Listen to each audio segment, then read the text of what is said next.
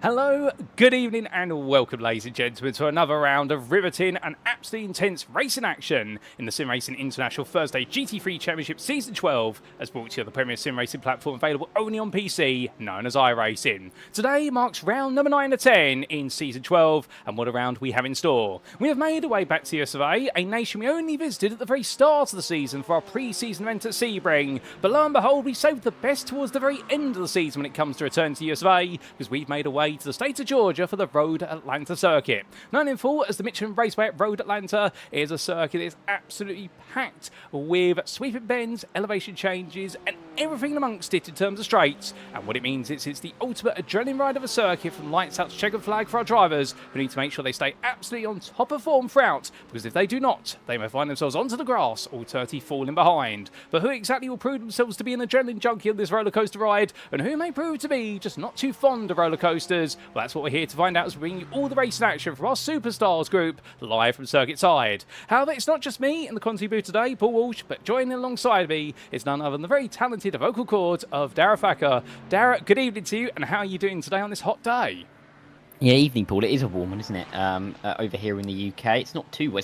It's warmer here than it is in Road Atlanta at the moment. 21 ambient, as you can see on the overlay there. It's going to be an interesting race tonight. I think this is a track that can throw up quite a few surprises, and with title battles coming down to a point this week and next, I think we're going to see a lot of the drivers quite feisty off the start here. But you've got to be really quite careful. Those S's in the opening sector can really bite you quite hard. Oh, 100%. And well, with the Superstars season across all three of our classes, has definitely proven that make one mistake on the circuit and you're going to be bitten in the backside when it comes to your championship points. And as we do welcome you all tuning into this broadcast live from circuit side, of course, you're tuning in the one place you can catch all the racing action from our weekly series at SimRacing International. And that is on youtube.com and search SRI or SimRacing International. And if you are tuning in tonight, don't be shy. Feel free to say hi in the YouTube chat, as we do say hello to Proxy there, who says funky elevator music. Indeed, we always have some good elevator music to build us all the way up to go and racing. But here we are today, and without further ado, let's bring you up to speed with the story after 8 rounds of racing and take a look at exactly how things are going to go down in this round. And so, as we can see, our calendar has seen us tour around the globe. Last out on the 21st of May, we were in France at the Magny-Cours circuit. A quick summary of what exactly went down in France. Well, firstly, we got to see a very close qualifying session, where it was a shootout for pole position between Milton, Tomlinson-Dennis and Richard Simnor for overall and pro pole. And it was Tomlinson-Dennis who took pole position by just shy of 300ths. Charlie Walker enjoyed one of his best qualifying points of the season, taking third overall ahead of Elliott Court. And in the interclass, Jared Love seemed absolutely in control to taking pole position by what was 1.5 tenths of Luke Van Gertel. And as for club, it was Adam Lynch who had the edge over Jack Giles. However, in the race itself, where everything was completely turned on its head, whereby in the end, it'd be Richard Simnor who would take the overall and pro win, having just missed out on pole position, but he had the better start compared to Tomlinson-Dennis and was able to gradually break away after taking lead on the exit of turn 3 and been up a gap of 8 seconds come his pit stop. And when the battling for second through fifth wouldn't stop, well, it was Richard Simnor who brought it on home to bring home his second win of the season by 2.1 seconds ahead of your Inter winner, Luke Van Gertel. Now, Van Gertel was very impressive in the race, whereas his qualifying points wouldn't have indicated he was going to be taking the win in the Inter class. He left everybody with their jaws to the floor, including Jared Love himself, and for Luke Van Gertel, it really was drop the microphone and walk away from Magny-Cours as he bolted away and went hunting after the overall win after Richard Simnor. He wasn't close enough to do it, but he definitely showed everyone just what pace he had as an Inter leader. Meanwhile, in the club class, well, Jack Giles in the end was able to get one over Adam Lynch. He missed out on the pole positioning class by only 500ths, but he didn't miss out by that much in the race, taking his second win of the season by a single second, with the pair batting incredibly hard. And in the final 20 minutes of the race, it was Giles defending religiously and holding on, with the fact that he battled for 5th place in the interclass decided to intervene and get in the way of the fight for the club win. But those are the quick headlines from our Magny-Cours round last out in the Superstars, and here we are today. But of course, Dara, we have the question marker today, and that is the conditions. And I do believe we've got a lot of cloud on the circuit, but have we got any rain? Well, I think it's going to be interesting to see, how drivers adapt to changeable conditions, because it's kind of been well documented how it's going to go up to this point, but not tonight. It's going to be a little bit more tricky, I think, for the drivers to feel comfortable at a circuit like this. And again, when you get to this stage in the championship, when you have so many drivers that are fighting over, or they know what they're fighting over and who they're fighting with in terms of their own individual championship position, throwing a bit of weather into that really puts a spanner in the works and can really change things up, because I'm sure every driver would probably prefer it to be in that, well-known dry conditions that they'll have done many, many times around this circuit.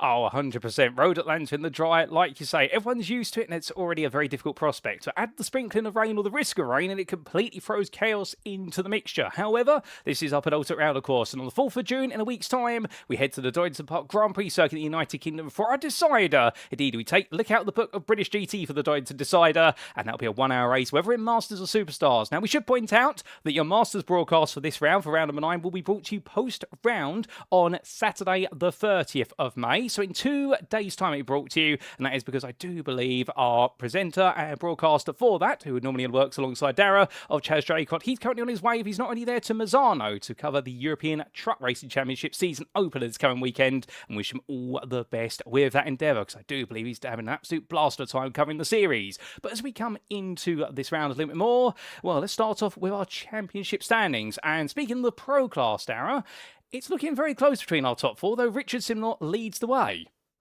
Yeah, it's nice that we have this battle coming down in towards the final couple of races. Simnor with 2 wins in the last 3, just kind of getting himself to the front of the field. Milton, Tomlinson-Dennis has had the early pace, had the advantage, but it's slipped away ever since that. Not even a top 5 since that 3rd round of the season. Brandon Dyer coming to a bit of form as well, as is Nils Bauckhage. So I think there's going to be a few drivers here that will feel like they have a chance. All of the top 5 out. Well, actually, no, 4 of the top 5, except for Tomlinson-Dennis, have been on the podium in the last 2 weeks. And for Milton, he knows he's got the pace. It's more about making sure he can get the points to go with it, but I'm sure he'd have the confidence to do so. So, championship almost certainly won't be decided tonight, which is good news, I think, for everyone.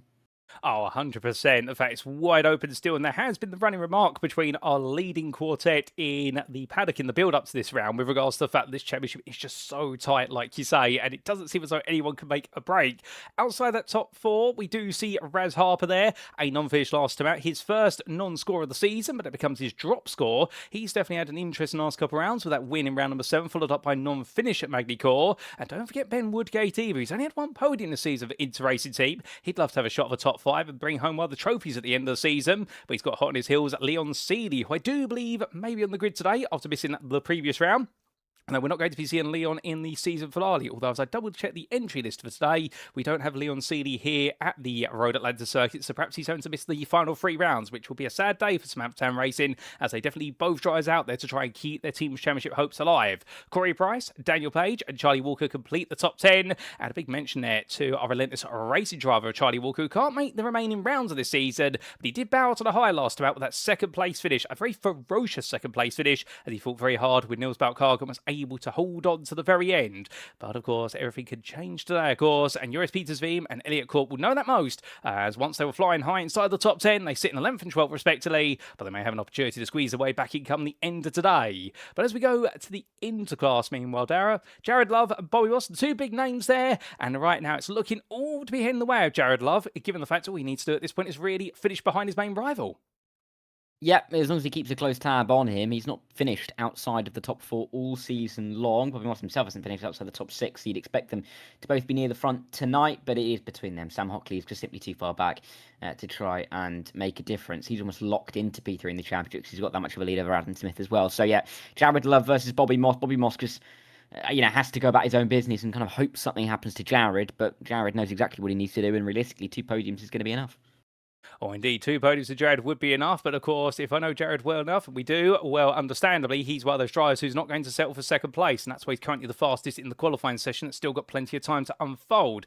Adam Smith there in 4th, ahead of Ross Young, the battle for 4th place right now, heading back in the direction of Ross Young after being in his direction for so long earlier in the season. Those non-finishes really started to hit him hard as a round number 5. Brad Pickett, his teammate for Clarkson James with Dexterous Motorsports, sits in 6th place on 306 points. He was on the grid last time out, and he's definitely had a bit of a miserable run of form since the midpoint of the season. That's enabling Kyle Roy to get a little bit closer, and the Axis SimSports with SimWorks driver currently only 6 points ahead of the two-time winner now for this season, Luke van Goertel, who when he is on a roll, he really knows how to dominate the competition, but he seems to have this mixed flavour of he does incredibly well or he doesn't do too well at all, and that's why he's in 8th, ahead of Villa Katonen for Beowulf Racing Team, who's still, of course, nursing that injury from earlier on in the season, and unfortunately the Beowulf Racing Team drivers will not see for the remainder of the season on the grid because his teammate Nicholas Carlson in 11th, retired in solidarity with his teammate. We'll see them back hopefully in season 13, but before we get to Carlson in the points, it's Alfred Kirsten there with his second top 5 of the season, has moved to 10th for Simstrap with Glass Tech,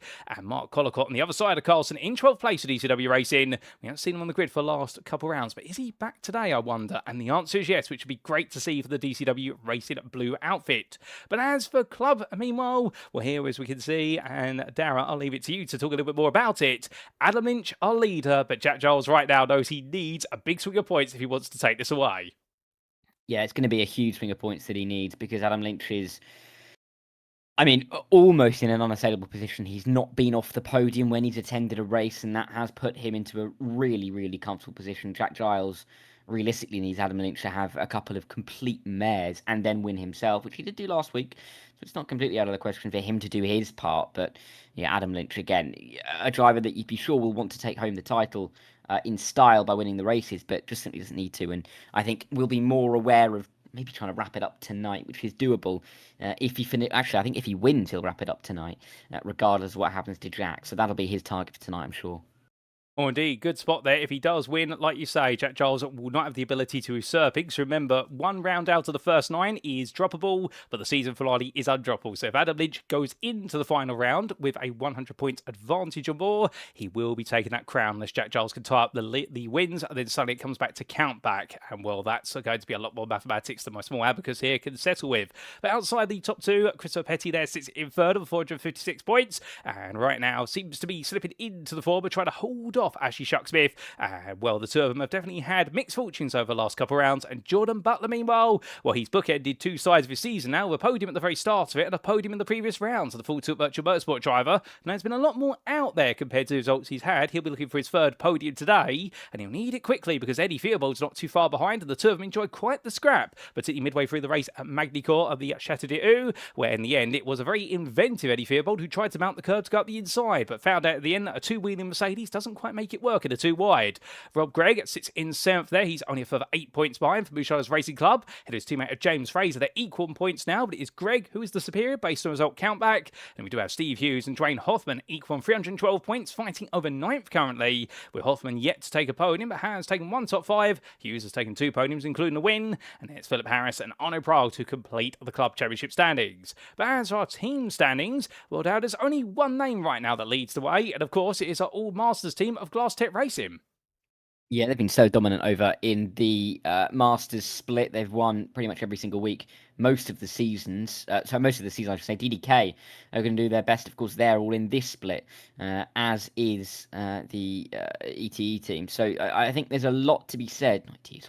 A lot to be said about how well Glass Tech have done. And I think it shows that because of the difference between the Masters and the Superstar split, you do get these kind of differences in the points. Of course, Glass Tech can just focus on themselves. They can't do anything about DDK at all, and vice versa. I think it's going to be an interesting fight for P2, but it does feel like it's coming down between those top 3, isn't it?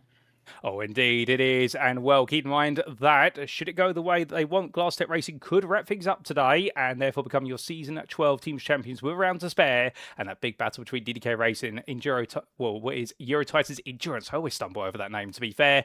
Well, they right now will be very eager to try and swipe second off of DDK Racing. Axis SimSport with SimCoach, they sit in 4th and right now try to fend off the charge of Dexterous Motorsport Cyan and LS Racing, who would very much love to get back into that top 5, the all-masters team. And then we do have Axis SimSport with SimWorks and Dartwee Racing. Well, they follow not too far behind, but they've got the pressure of GPX SimSport Xenon and DCW Racing Blue. It is very tight right now to be in 4th through to 10th in this championship. And keep in mind, in 11th is Samantha Tan Racing, who've fallen from 7th to 11th. And, well, they are only 4 points off of the top 10, but they'll need Milton, Tomlinson-Dennis to pull off a magical result, and they'll need the rest of the top 10 to struggle if they want to get in, because Leon C not on the grid today and for the remainder of the season. They're now down to one-man army of a team. But with the standings standings recapped, let's take a quick look at our circuit for today. Here's, of course, the fallout of Road Atlanta, located near the town of Brazelton in the Hall County of the US state of Georgia. 2.54 miles in length or 4.08 kilometers, depending on your preference units. But what never changes is the number of corners, 12 in grand total. And a huge thank you to iRacing.com, not just for the brilliant simulator, but the absolutely fantastic track maps contained within it. However, the only problem with a track map that's two-dimensional is the sheer ferocity of the elevation changes. The two-dimensional image does not capture them whatsoever, although that opening sequence of turns 1 through to 5, the run all the way uphill and downhill through the S's before you get to the peak of turn number 5, it is definitely a sequence of corners there where drivers will need to be on their toes, because the second after a lap, it's then going to be much sharper corners by comparison. The 90 rights to turns 6 and 7, the long back straight, which you'll see drivers roar the way in excess of 160 miles an hour into the chicane, the turns 10A and 10B, and then they'll roar the way over the hill of 11 and downhill through 12 to do it all over again, or to finally see that finish line. But that's enough of us giving you the recap and the introduction to today. I think it's only appropriate to make our way back to circuit side, and as we do, let's see who exactly is leading the way in qualifying. And well, as we come back to circuit side, a bit of a different name on top at the moment. There it looks though, Corey Price, and whilst he hasn't had the best of performances so far this season, he's going out all guns blazing, and he's currently on pole right now, thrown overall by the best part of half a tenth. I mean, we're expected to be very narrow. We're talking about the fact that everyone really knows this circuit, given it's so popular at iRacing, but Corey Price put himself in the mix. Yeah, yes, but Richard Simnor just going into P2 there as well, only 11 cars behind Corey, so good lap time from him as well as he makes his way around turn 1. Interesting that you've got that battle between the Corvettes and the Lamborghinis in the Superstar split, because you don't see barely any of those cars over in Masters. It's interesting to see the difference when there are, there's not too many differences in the regulations between the two different splits. There are slight differences, in terms of things like fast repairs, but you'd not as such that you'd see a change in manufacturers as stark as this. But good to see that we have 3 cars within half a tenth of the front of the field. This is a track that drivers will know well. As we said, it's a track where it's not the longest, so you'd naturally expect those lap times to be closer. And you want it to be coming down to hundreds and thousands, because drivers will then push every single centimetre, millimetre around the circuit to just find the extra bit of time. Oh, 100% agree with you on that. And whilst it's only half a tenth between our leading trio and then a further half a tenth to Nils Bauckhage, then we do have our McLaren of Brandon Dyer, who makes it 1.2 tenths between the top 5. And then you finally do get a jump in a gap, almost 2 tenths to Ben Woodgate, the second of our McLarens out there. But as for the interclass right now, it's the 2 big names at the very front. In 8th, Jared Love and his Ferrari 296, and the DDK Racing with RaceStat.com driver. It is 210, making this wound down, but right now knowing he is only 300ths quicker than this man. Bobby Moss, who's parked up there, that's on the escape road, coming down the hill through the S's. And he's decided to tow back to the pit lane there and perhaps tweak something of the car or put a new set of tyres on and take some of the fuel out potentially. We do have the sizable gap to Adam Smith in 12th place, the third of the inter-drivers right now, and that sizable gap being to the tune of 1.5 tenths there, dead on the dot. As for our club class, well, Adam Lynch right now parked precariously there on the exit of the pit lane, but he's going to tow back to his pit stall, and he's currently the visual pole sitter. He is a grand total almost 2 tenths quicker than Jack Giles. So it seems those, Dara, whilst in the what is our pro and also interclasses, it's quite close in club at least for now. It looks so Adam Lynch leads the way, but as you mentioned earlier on, and we mentioned earlier on, it has been that way for some time, it would seem, in the championship. Yeah, I mean, it's interesting when you come down to this point in the season. Of course, we've gone for a couple of months. It's not the longest span, is it, for a season? 10 rounds. It really just is just over that 2-month period. You get through the championship quite quickly. Interesting, I think, when you get to this stage of the season, drivers are hyper aware of what to focus on. The drivers around them in the championship, that they are likely to have to race a little bit harder than the others. And this qualifying session sets it up really nicely, I think, doesn't it? Going into a 1-hour long race. As we see a lot of them kind of not psych out necessarily, but work out exactly where their battles are going to be. And it is nice to see that, particularly in that inter and that club class, even though they are mixed in with a lot of the other cars, we do still have 2 cars at the front of each of those fields right together. Oh, 100%. And whilst we do have a moment, we'll just say hello to a few of our... Oh, goodness me. Stop over that. Let's start over again. Roll back the tape. We'll say hello to a few of our viewers there in the YouTube chat, include none other than Proxy, also to user D5W5J, also to Mark Kent and Denny Ploger, and also the 6 Kenyan M. And well, a question being asked there, where are the Glass Tech boys? Well, just to make it clear, today we are bringing you live from circuit side the Superstar split. The Master split will be broadcasted massive post-round on Saturday, the 30th of May, and that's just due to the fact we do not have 2 broadcasters available today, so therefore Dyer's jumped in with me here at Superstars. That we're not feeling too lonely, although it's getting very stuffy in this commentary booth. I think James decided not to pay for the air conditioning, Dyer, because I think the temperature's going up very gradually. Wonder what he's spending the budget on. No, I know, right? I mean, he's barely paying me, and I presume you as well, unless he's, creeping me out. So God knows where that money's going. But I wouldn't mind an air conditioning. Quite nice. It is quite stuffy up here. I mean, Georgia is known for being quite humid, but I don't think particularly warm at the moment. I have family that live out in Georgia, and I've been told the weather's actually not that nice. So maybe a bit nicer in Sim than it is in real life, but wouldn't mind a fan. It's great though because I have a fan in here with me, but obviously I can't use it because it would be heavily picked up on the microphone and it would sound like I'd be using a hairdryer for 2 hours. So I'm kind of trapped by that sad little point of you could hear it, and obviously we can't have that, can we? Oh, indeed, no. The things we have to suffer through for the purposes of bringing you these broadcasts, ladies and gentlemen, and, well, Dyer's only fans causing him problems, and meanwhile, no fan for me whatsoever in the commentary booth. But either way, I'll tell you one thing, the distractions from the heat, as that, I believe, was Mother Tries getting very wrong coming out to the final corner. Couldn't quite see who it was. There's one of the Porsches that went around. Well, definitely a bit of a difficult one, but meanwhile, everyone carried on all the same, and as they do, this qualifying session out, only 10 minutes left to go. Well, Corey Price definitely on fixture at the very top, but one thing to note as well is the fact that given how tight the spread is right now, you find a single 10th out there, and suddenly you're going to be jumping all the way out the qualified order. And if you look at Jared Love, currently in 8th place overall, and had a second onto his time, well, that will take you all the way through to 24th place, and that is the Cyberpunk Lamborghini of Thomas Weston. So the point being here that you do have a grand total of 17 drivers separated by less than a second. So if you were able to find a couple of attempts out there, if you were Thomas Weston and you found a 10th, you would certainly be leaping your way all the way up to 21st and get ahead, as he does find there what is a couple of hundredths. That puts him up to 23rd. He's trying to listen into the point here. I wonder if he's got the commentary on in the background and taking that as inspiration to push a bit harder. But if he does find that time, he'd be leaping himself ahead of this man, Mark Kolokov for DCW Racing Red. And it's good to see Mark back out there once again. Very pleased to see his car roaring on the round. And Mercedes has been on the grid for the last couple of rounds, so he has to try and re-establish himself in the order. As they head on the round, I mean, in terms of car choice, Dyer, you're saying about the fact we don't get too many Corvettes or Lamborghinis in the Masters. I mean, the fact we've got such car variety around here, are you placing your bets on any particular cars, or would you just base it on qualified here and think the Lamborghinis and the Corvettes are going to be the kings of the circuit? Well, it's interesting because obviously they all have their benefits and their defects in a way. I mean, we did see the addition of the Aston Martin, about half a year ago now. And often when you get a new car that comes into the service, it gets picked up quite quickly by a lot of drivers because generally it beats the BOP before it is then updated. But like that happened at any point with the Aston Martin, so there's not been a big uptake in it. Roy being the only driver in that car at the moment, we do get our fair share of Porsches. Everybody does, obviously. It's that kind of old staple. Everyone knows what to expect from them.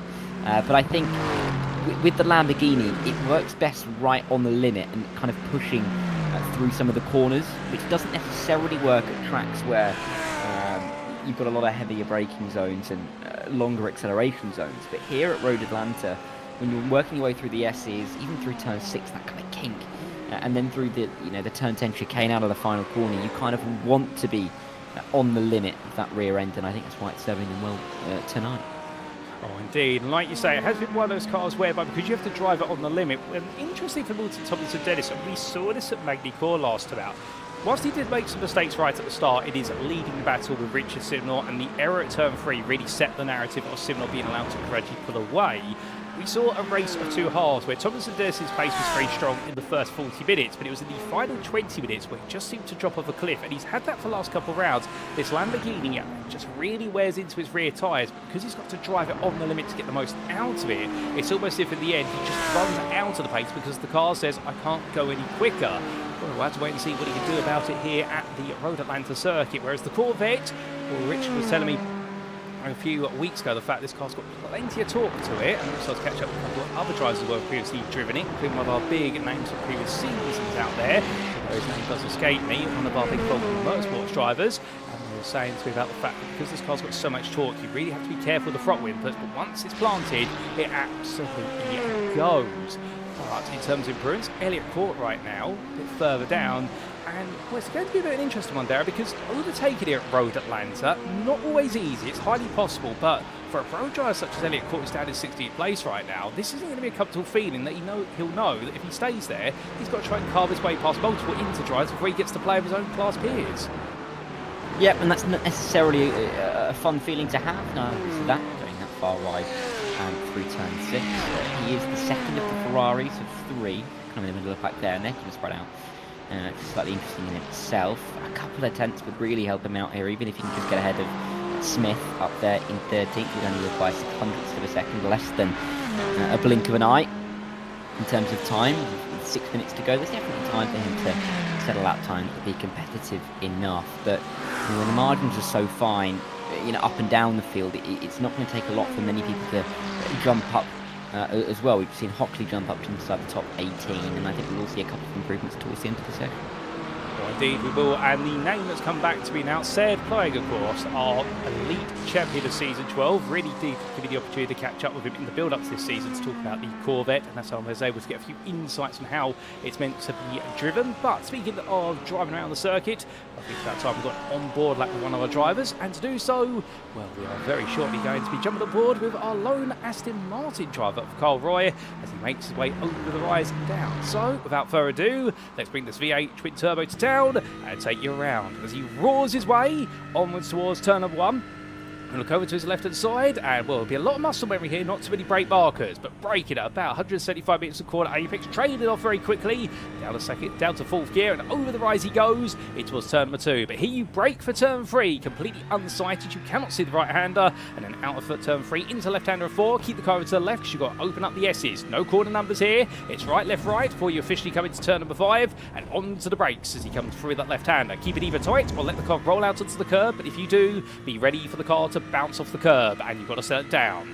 But now, in towards the first of the 290 rights, turn number 6, braking at the 50 metre board, down to 3rd gear, up into turn number 7, early on the brakes this time, 80 metres from corner apex, down to 1st gear, and now blast the throttle and roar away. Roy going to 1st gear there to avoid the turbo lag, and now make his way down the back stretch. He gets a bit of a breather here before he makes his way in towards the long chicane. It was only added in the 1990s in order to slow down the approach speeds of machinery, because it used to be turn number 11, as it's now known, used to be the corner after straight, drives went straight into it. But instead now, coming down the plunge and onto the brakes, 150 metres from quarter apex, down to 2nd gear, left into right he goes, taking as much curb as he dares to dream to do. Ooh, that's very sideways, and getting a little bit greedy there with the grass at the exit 10A and 10B, and made his way through turns 11 and 12, and that is a little bit scrappy end to lap, but lap nonetheless, brought to you by Kyle Ryan, his Aston Martin V8 Vantage Evo here from Road Atlanta. But well, I think that gave us an insight there, just that one lap there, and Roy pushing hard, but perhaps pushing a bit too hard. I always find it interesting around this circuit that those little kinks between 4 and 5 aren't numbered, but the 2 little unnoticeable changes of direction on the back straight are. This is just turn 89, it's weird, isn't it? But as it is, he makes his way through turn 5, a bit wide again, kicking up a lot of dust. I think turn 10 is going to be the key place for overtaking. It always has been, it almost certainly always will be here at Road Atlanta, at the end of the longest straight, and I think you have to be brave on the brakes, of course. Going downhill, it means gravity is not your friend as you make your way into the corner, and there is a bailout option as well if it goes a little bit too deep by cutting across the second part of the chicane. I think we're going to see a lot of action there this evening, and there is a fast repair for the drivers. There is here in Superstars, of course, not in Masters, but it means that drivers may be a little bit more happy to throw caution to the wind here, knowing that they've kind of got that fallback option if something goes wrong at turn 10. Right next to the pit lane, get the fast repair, get back out again. Oh, very true. And it's been very interesting. We speak about that dynamics, of course. Masters this season trying out the stricter or the more hardcore regulations tied to instant point counts, no fast repairs. So it really is, if you pick up damage, you've got to try and survive it, or you have to spend the full time in the pit lane to repair it. Whereas here, like you say, that fast repair available. So you can be a little bit more daring. In general, the race has... Oh, that's going wrong for Milton, Tomlinson-Dennis there in the rear of the picture. Get a bit too aggressive out of turn 5. Turn 5 claims another victim and claims one severely so. That's going to be a tow to the pits there for our 3rd place man, one of our leading Pro Championship contenders. And, well, the car will be repaired very quickly there. And will he go out again? We have one more lap if he is going to go out, so we'll have to wait and see how far he can go. But to our point in the fact that whilst the fast pair is available, some drivers willing to risk it, others not. It's definitely been an interesting experiment as Jared Love gets it wrong, coming down through turn before into the S's. Rear of the car completely lets go, grinds to a halt there on the wall, and Love just pushing a bit too hard. And well, in terms of weather today, Dara, as we bring it up on the right side of the screen, it's not too hot out there. I'd say these are relatively prime conditions for what people are trying to deliver here. 22 degrees ambient now. It's gone up slightly, 28 degrees track temperature and cloud. I mean, this is almost a dream in a way. It's maybe a touch low on that. Oh, hello. Someone goes deep at turn 6. Touch low on that track temperature, but it is a very, very good set of conditions for these drivers to have right now. Barely a breath of wind that will, would or could be unsettling the cars. Not today. But we're into the final minute. Drivers are going to be on their final laps, just about to start them now. And this is what it comes down to. A lot of our front runners are in the pit lane, but Simnor, I believe, still out on the road. Can he maybe get a fastest lap at the end? It wouldn't take much. We'll have to wait and see. We do have a little request there for a little bit of camera time for Alfred Kirstein. There we do. Unfortunately, he's currently in the pit lane, so he's not going to be putting a final lap together.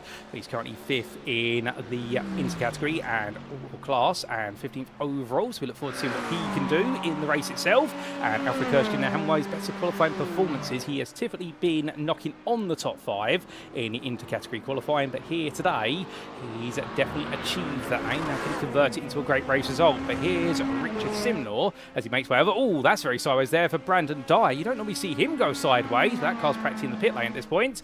What does Simnor do this time? He doesn't do enough there, but he's going to give it one more go. But he's got Schubert Cardozo following him here, and I wonder if Schubert's probably thinking, I wonder if I can pick up a cheeky toe right at the end. Yeah, we'll have to wait and see as he comes across towards the final part of his opening sector. He's come over the crest at 2, now down through 3, 4 and 5, but the checker flag is out. These are the final laps for the drivers. With it being a 1-hour race and not the heat system in qualifying, it means that drivers can complete their lap after the hour has expired. Oh, that was a late move out of the way in the end from Simnor. Cardozo will continue onwards. He's the only real competitor still running. Let's see if he can improve. It doesn't look like it's exactly gone well on the opening couple of sectors, though. No, indeed not. And that definitely was one of those moments where I think he was so hypnotised to try to use Simnor as his pace car, if you will, that in the end he always clipped into the back of him, not realising that Simnor was parking up the car for racing line. But still, that happens when you're so engrossed in the car in front, trying to follow it and follow the line. Then you'll do everything, including pull it over to the side of the circuit you don't need to be on that soon. As he comes on through, the third sector, not too strong for Cardozo. To be fair to him, and this has been one of his best qualifying points of the season. He's not been too far off the pace. 3 attempts to pole. What can Cardozo do here? Can he improve in the final lap sector? Well, the answer is going to be no. It's 17.712, and that is the best part there of 3 attempts off his previous best. So that is going to be qualifying complete, ladies and gentlemen. And with it, well, it is a maiden pole position of the season for Corey Price, a 17.080 by only 15 thousandths ahead of Richard Simnor, and a further 3.5 hundredths to Milton Tomlinson-Dennis. It was a whole 10th from pole position to Nils Bauckhage in 4th, and Brandon Dyer, well, the top 5, they're separated still by just shy of 1.3 tenths. Meanwhile, Jared Love is going to be your interpole sitter 8th overall, just ahead of Bobby Moss, his main rival, who starts 9th. 2 of them separated by 300ths. And meanwhile, in the club class, Adam Lynch takes quite a de facto pole position there, ahead of Jack Giles. Lynch being 18th, Giles 21st. And the gap between the two of them, a grand total of almost 2 tenths. So, a very interesting qualifying session, but the good news is now, Dara, of course, qualifying is just 1 lap, and in 5 minutes' time, we're going to get to see our drivers do plenty more laps, although it will be for points, because a race is almost on the cards. Yep, a couple of minutes for the drivers to reset by getting into warm-up, maybe just put a little bit more fuel on the car and get reset in terms of how they expect the car to act off the start, but, as it is, they will go through the warm-up session and then get themselves ready. Not many drivers really always take part in warm-up. It can be a little bit of a chance for some of the drivers to hop out of the sim rig, have a little bit of a rest before we go into the race, but it's a nice little period to get yourself set for the race in whatever way you'd like to. Well, indeed, there's many ways. I know that our drivers have a whole different set of rituals, if you will, to get themselves mentally prepared for the racing ahead. And what we do see there on the left-hand side screen, everyone on the dry tyre, we're definitely expecting that today. We're not expecting anybody to go to a wet weather tyre unless the rain comes in a very fashionably late form.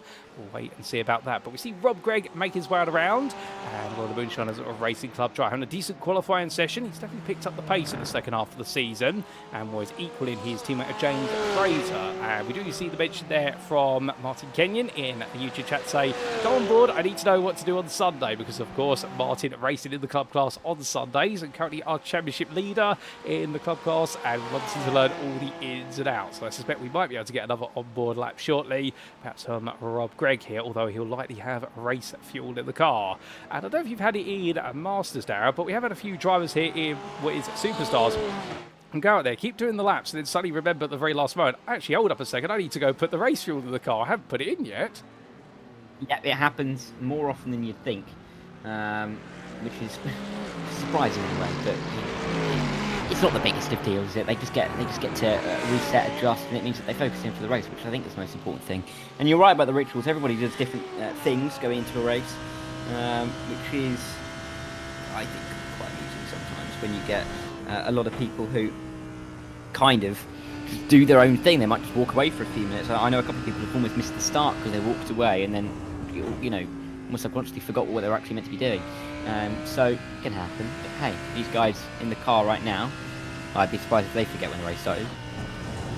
Oh, indeed, I think for them, they just want to get the race started, if you will. Well, Corey Price right now has been right on board. He's using all the road and plenty more, showing you can ride over that exit curve at turn number 5. It's very interesting how you set your car up for that. You have such a high ride height to mount it and not have the undertrail of the car bounce out as he makes his way through turns at 6 and 7. And right now, Corey Price getting the onboard there. Our pole sitter, see what he does on one of his warm-up laps here. And something tells me right now, this man only knows 2 modes, either on or off. He doesn't know in between or rest mode in the warm-up period, but to be fair, he wants to keep the adrenaline flowing. As I do see a user D5W5J saying, I have from a reliable source that Alfred Kirsten inhales a full bag of cinnamon buns to prepare for before every race. Oh, that's one way to prepare for a race, wouldn't you say, Dara? It is, and it goes to show that when we say everyone's got their own rituals, they really do, don't they? Oh, indeed. I mean, when I used to do some racing, my personal ritual, and funny enough, was just sit in the pit lane, but actually get in the car in the pit lane, make sure the fuel's in, and just sit there and just lock in as if it was on a track day, to be honest, thinking I'm going to be going out there any moment. Although one of my friends, meanwhile, he used to have this ritual whereby essentially he had to go into the neighbouring room and go essentially put his head under a cold tap for 5 minutes whilst he was waiting to go, just to cool himself down. But everyone has their own magic. I'm sure even some have mascots or plushes they probably have alongside them in order to be able to give themselves all the encouragement. As Corey Price getting even more practice here and making moves on drives, including Eddie Theobald there. Well, I'm not quite sure if Eddie's going to appreciate that, but at the end of the day, I think Corey decided to use the time here well, the experience of trying to put a lap on another driver. Perhaps he feels as though the aim of the game today will be to run away. And that's going to be one big fault as well. One thing we haven't talked about, dealing with traffic around here, because the thing is 2.54 miles length this circuit and a lap of just shy of 1 minute 20. We're going to see quite a few drives being lapped in this one, I'd say. Yeah, I think it's going to be a hazard of the track, and that means that drivers unintentionally get involved in the race, especially if there's incident at the start as well. This is one of the shortest tracks that we will go to all season long, and so yeah, I don't think it'll be much of a surprise to see a few of those blue flags around the circuit, as drivers will then be commanded to jump out of the way for some of our faster runners. But I have a bit of a risk of a track like this. Well, that's not the line at all for Eddie Theobald. I don't think he'll be doing that at the start of the race. No, hopefully not. But speaking of the start of the race, well, ladies and gents, without further ado, time is up on the warm-up session. It is time for our drivers to pay their dues at Road Atlanta, because it is time for a one and only 60-minute race in the Superstars. Who exactly is going to lead the way and who is going to be one step behind? Well, here we go to the grid for today for round number 9. And so, as we make our way onto the grid, this is how all the drivers will line up for this penultimate round of the Superstar season of Season 12 in the SimRacing International Thursday GT3 Championship. On pole position, Corey Price, a maiden pole position for the Darkwing racing driver, but exactly what he's been looking for some time. And the Dutchman sits there, only 15 thousandths ahead of Richard Simnor, who was incredibly close in qualifying. The DCW Racing Blue driver not quite able to take that pole position, but he'll be looking to get the launch off the line if he can. Meanwhile, starting in none other than third place behind his main challenger so far this season, albeit the bad luck has struck him multiple times, but can bad luck go away today? Milton, Tomlinson-Dennis, who starts third for Samantha Racing. Nils Bauckhage starts in fourth for NJB Performance, and the German drive was only a 10th of a pole, and it was only a further, what was 22 thousandths to Brandon Dyer in fifth for Altitude 3M Esports. Then the gaps start to appear, because from one McLaren drive is to another on the third row. And Inter-Racing Team's Ben Woodgate starts 6th today. The pros wrap up at 7th place, at least for now, with Schubert Cardoza for Inter-Racing Team there. And from the 7th place drive will then be Jared Love, who in the end was almost 2 tenths behind. But the DDK with RaceStatBot.com driver takes into pole position, a critical pole position, given the man who starts behind him, the number 2 in the championship right now, Bobby Moss of the SimRacing Collective Esports. Now he's got to beat Love, and he needs Love to drop some major points. Then 10th place, Daniel Page and Daniel Newman racing red. Another top 10, but how quickly can he move forward ahead of those Inter drives? Can he get himself into the top 5 today? Starting on left, it's Joris Petersveen, the privateer, going with his championship position in the pro category, but he is the 8th starter of pros length overall, and he's in the company of Raz Harper for DDKRaceStatBot.com, who after the success of Suzuka for Raz Harper, things have been very difficult since then. Then we do have, starting in 13th place, Adam Smith for Eurotitans Endurance, ahead of Carl Roy for Axis in Sports with SimWorks, and both having some of the best qualifying points of the season, with Alfred Kirsten for SimStrap by Glass Tech Racing, a very impressive 15th place there for the Daring Dane, but can he move forward from there?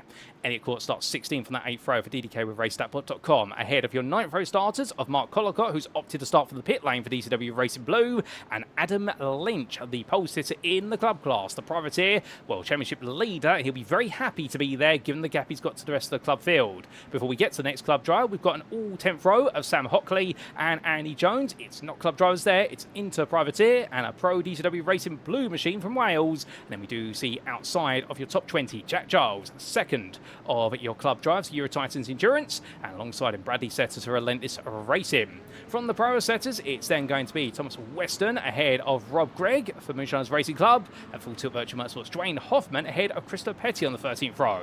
Row 14 is James Fraser for Moonshiners Racing Club ahead of Martin Brandon for Axis in Sport with SimWorks. Then we do have Jordan Butler for Full Tilt Virtual Motorsport ahead of Eddie Fearbold, the privateer, completing your top 30, and outside the top 30. Last but not least, in 31st place, Ollie Smith for SimStrap by Glass Tech Racing. Well, Dara, there's our grid. 31 drives, 30 starting on the road, 1 in the pit lane. Not too long to go. Well, this is going to be an exciting one. Yeah, it's going to be a very busy opening lap here. It always is. Drivers will bunch right up as they make their way out of turn 10, and then it'll be a case of who can get the best jump through the final couple of corners. It's not the easiest way to start a race, a rolling start here at Road Atlanta, because the further back you are in the field, I think the more you want to get going, but it's so tricky through those final couple of corners to go side by side, far away from finding it. Indeed, and where it will be to Corey Price to lead our drives away for 60 minutes of racing action. Here we go then, down in towards the final corner. They're about to get going. It looks like it's just about to go, and it's got a good start from Price. Corey's got the jump off of the line. Simnor and Tomlinson-Dennis just in behind. Simnor looking for the inside line. Tomlinson-Dennis as well. And Bauckhage as well, looking to try and come through 2 by 2 as they make their way through the opening corner. A driver wide off the road, that looked like it was paved. Could have been linked though, dropping all the way down the order. Oh, and Elliot Court is involved in an incident as they exit turn 1. Couple of drivers already then having to turn back to pit lane through turn 1. Majority of the field through clean.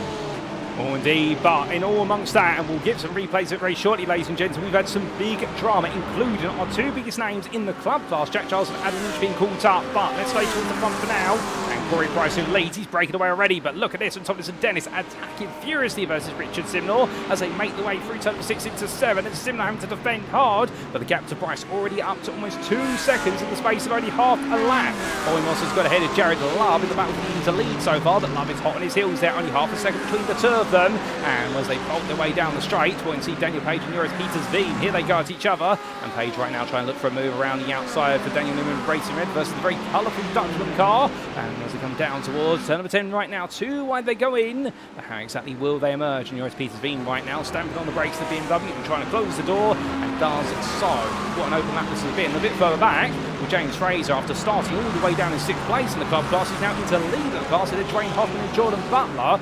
Butler and Theobald side by side here. Remember, these two started from the very back of the club class, but Theobald's already up in the 3rd. I don't believe it, Dyer. This race has been completely turned upside down as Dwayne Hoffman gives us a rallycross end to the first lap. Guns Butler up the inside at turn number 1 in that purple and gold car outside line of the Theobald. He went wide at turn 2 in the warm-up. Don't think he'll be doing that again as he'll back out of the move as they ride up towards the crest. Nicely done by Jordan Butler to be running himself back into 3rd and right behind Hoffman, who, as you said, went wide at the final corner to kind of give Fraser a bit more space up in front. But Fraser's right behind Setis and Roy, 3 classes. Split by less than half a second. P16 overall on the road. But it's exactly the kind of frantic start that I think we were expecting. Oh, indeed, a very frantic start as Jordan Butler and Eddie Theobald are still literally locking horns as they sit behind Dwayne Hoffman. And right now, Butler, I think, being made to put pressure on his teammate there, taps the rear of the car for Jordan Butler, and Eddie Theobald does tapping neck, so it sends Butler round, and Theobald tries to back off, but he can't quite back off because Christophe Petty squeezes on through. It's a very difficult situation there because you want to try and stop to get the place back because you may feel as though you've made the error, and Theobald there trying to take accountability, but in that situation you have to carry on, but you'll lose the place to Petty, and now Martin Brandon tries to squeeze out the inside here. Will Brandon get it for full place in the club class? He will go through back systems. What with SimWorks there, lovely move. But now Theobald tries to go for the switchback. It's not over yet. The club class absolutely fighting furiously right now as they come towards the end of lap number 2, and Theobald takes it back. A little bit of cloud hanging over his head with everything that's happened between himself and Butler. But meanwhile, Dara, back to the front we go. And well, Corey Price, he's checked out already to the point he's 2.3 seconds clear, but it's battle for 2nd place right now. Richard signals how to put the cork in the bottle. He doesn't want the places to flow, but Tomlinson-Dennis is absolutely biting at him. Yep, he is. I mean, you can kind of allow Price to get away because he's not really in the frame for the championship. His race is against Tomlinson-Dennis, so I think he's not going to be too fast to see Price go up the road and will see himself as the de facto leader here of the race. As long as he finishes ahead of him, Dennis will see this as, I think, a job well done. Dyer would like to get through in both of them, but top 3 in the championship, 2nd, 3rd and 4th, is kind of what I want to be seeing. It's a shame, though, for Bauckhage that he's basically out of contention already, and in doing so, out of the contention for the championship the next couple of weeks. Oh, indeed, it is a shame there. And speaking of some very contentious moments, well, we are going to get replay very shortly, a collection of replays of what started. Meanwhile, we do look to Andy Jones, started 20th up to 12th now, passing Adam Smith there for overall position. So DCW racing out of blue, the cat livery, although I don't know the story behind why there's so many cats on that Acura NSX Evo. I still need to try and pry that off the DCW racing team at some point, that information. That's going to be my homework going into the season finale, I suspect. But as he heads onwards, well, now that's 12th, his next target, Alfred Kirstein, the 3rd place run at the moment in the interclass, and the Simstrap by Glass Tech Racing Drives definitely had a very happy start to this race. As meanwhile, it's got a bit firm and furious there as James Fraser picks off Thomas Weston, but your club leader is absolutely storming. But what we're going to do, we're going to go back in time for a little bit and try to understand what exactly happened right at the start of the race. And well, Darren, here we go as we take a look back to the race start, and let's see if we can understand with perhaps the blimp camera view as to what exactly happened, focusing a bit on Adam Lynch, I think. Have a look then, through the final corner, green flag is waving. As I said, you try and get the best start out of the final corner, but it can be difficult when you're going too wide through a tricky acceleration zone. He's going to go around the outside there, bunching up in front, a couple wide, it's just wide off the road, isn't it? And then Adam Lynch almost spins in sympathy, and that creates the chain effect that sees everybody else affected. So kind of 2 separate incidents, but Adam Lynch, I think, probably was a little bit nervous about the car on the outside and just lost that rear end up the hill. Oh, indeed. Unfortunate there for Adam Lynch. And I do believe he may have actually tapped Jack Giles as a result of his car going around. So in an intriguing fashion, the 2 main championship contenders collecting each other in the club class. However, this is what happened to Nils Bauckhage for NJP Performance, meanwhile. One of our big contenders, the 4th place man in the Pro Championship, and it just went wrong at turn 5 on the exit. That curb claiming our driver. And when in the end, the fact to be in such an instant censored by the tree line, but you can understand what's happened. And we're just in front there. There was a lot of damage. Oh, as that was the 3-1-2 being turned sideways. And that was Raz Harper's car coming to the front talk. So Raz Harper being caught up. What happened here, Darren? Look then, Harper going around. Oh, that's a horrible place to be stuck. It's right across the middle of the road. No surprise that he got collected by 1, 2, 3 cars, and again, that led to a chain effect down the field. But that's a horrific place to be stuck because there's nothing you can do from there. Oh, 100%. But with that, we return to your live racing, ladies and gentlemen. Some big instance right at the start of the race, and for DDK Racing in particular, this could prove to be a round now with most, if not all, their drivers in the Superstar split being affected by the open lap instance. It's all gone wrong, but we come back at peak time to see it all go right here in the battle for the interlead. Bobby Moss trying to hold round the outside versus Jared Love, and meanwhile, Joris Petersby and Daniel Page, the two pros, they're fighting over 7th in their class. They're getting on to the back of this. This could be Magny-Cours over again. The two classes intersecting each other. One of them battling for the class lead, and the other one, meanwhile, battling for a place further down inside the category's top 10. As they roll the way up at the moment, Bobby Moss here for the SimRacing Intensive Esports, absolutely digging in his heels, but flashing his headlights, saying to Schubert Cardozo, I need you to get a move on, alternatively get out of my way. Cardozo's just had a bit of a trip to the weeds. That's why he's trying to recover, albeit he is on the lead lap, so Cardozo is not a lap down car. As we look back from the rear of his car, I mean, at this point, what do you do if you're Bobby Moss, Dyer? The pressure on him is going to be absolutely huge. You've got Jared Love, the man you need to keep behind you, and you've suddenly got a pro drive in front of you, who we're right on board, we're looking back out at the moment, who he's had a bit of an off and he doesn't seem to have the pace. Yeah, it's not an easy position to find yourself in if you're Bobby Moss, and I think he was flashing the lights. Cardozo had that slowdown, which wouldn't have helped at all, but he should be a little bit faster. Bobby Moss will be able to keep up in the slipstream, but I think Bobby Moss is in a good spot here because Jordan Love's not going to send it from 4/10 back, is he? So I think Bobby Moss, if he can just kind of stay in the slipstream, stay in this kind of position, it's going to serve him very well indeed. I don't think he'd be panicking right now, and really Peter's Weem looks a little bit closer to Love than Love is to Moss. So I think it's too early to panic. 52 minutes of the race still to go. I think drivers are going to start settling in now, and you know, if they're in the battle for the lead, they're not going to want to throw that away so far out. Oh, no, very true. And that's the thing, like you say, I think that's a very good call, that Jared Love right now needs to stick to his guns. He needs to put his mathematical head on. He needs to be more of the Colin Turkington on this grid, which is he's got to think to himself, right, all I need to do is sit behind Moss and finish directly behind him, and I will be safe for the championship crown. Obviously, it just creates a slightly bigger risk if anything should go wrong in the season finale, given the points deficit will have been reduced. But understandably, for Love, he does not need to make that move. He only needs to make it if he thinks he can. He doesn't need to force it. It does not change the direction of the championship at the moment. Let's wait and see. Joris Petersby falls back a little bit there. We leave the on board. And, well, Jared Love taking another cheeky peek up the inside of Bobby Moss, really trying to tease out that potential move. But, meanwhile, back in the club class, here's James Fraser, Train Hoffman, Martin Brandon queuing up behind. And in fact, it looks like, based on the time count, our club class now are all getting close together, because we look at those class standings on the left-hand side of your screen, and well, we've now got the top 5 of clubs separated by no more than about 2.5 seconds. Yep, it's quite a tight one, which is kind of what we'd like to see in that club class. Ben Fraser, I think, would be the least happy of our 3 leaders at the moment because of the fact he has got that pressure from behind, but still very early days here, a long way out. This isn't a circuit that should guzzle too much fuel.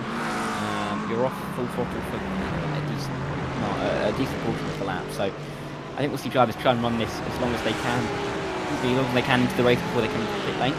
And yeah, Fraser, as long as he doesn't make too big of a mistake, should be safe from half for the time being, but that gap's only 3/10. There you go. Oh, indeed. 3/10 doesn't mean too much, particularly when you've got Dr. Dwayne Hoffman directly behind you. Not normally the quickest in qualifying, but definitely one of the smartest when it comes to the race and strategy. However, we're going to hold the phone on that because we've had Richard Simnor drop a long way down the order. He's completely collapsed down the field. I think he's been involved in an instant, but he's now so Alfred Kirsten here for overall position. And as he does, well, you can see Andy Jones there going up the inside of Kirsten. So the Cat DCW Racing NSX, right, trying to move forward. Alfred Kirsten loses overall 10th place.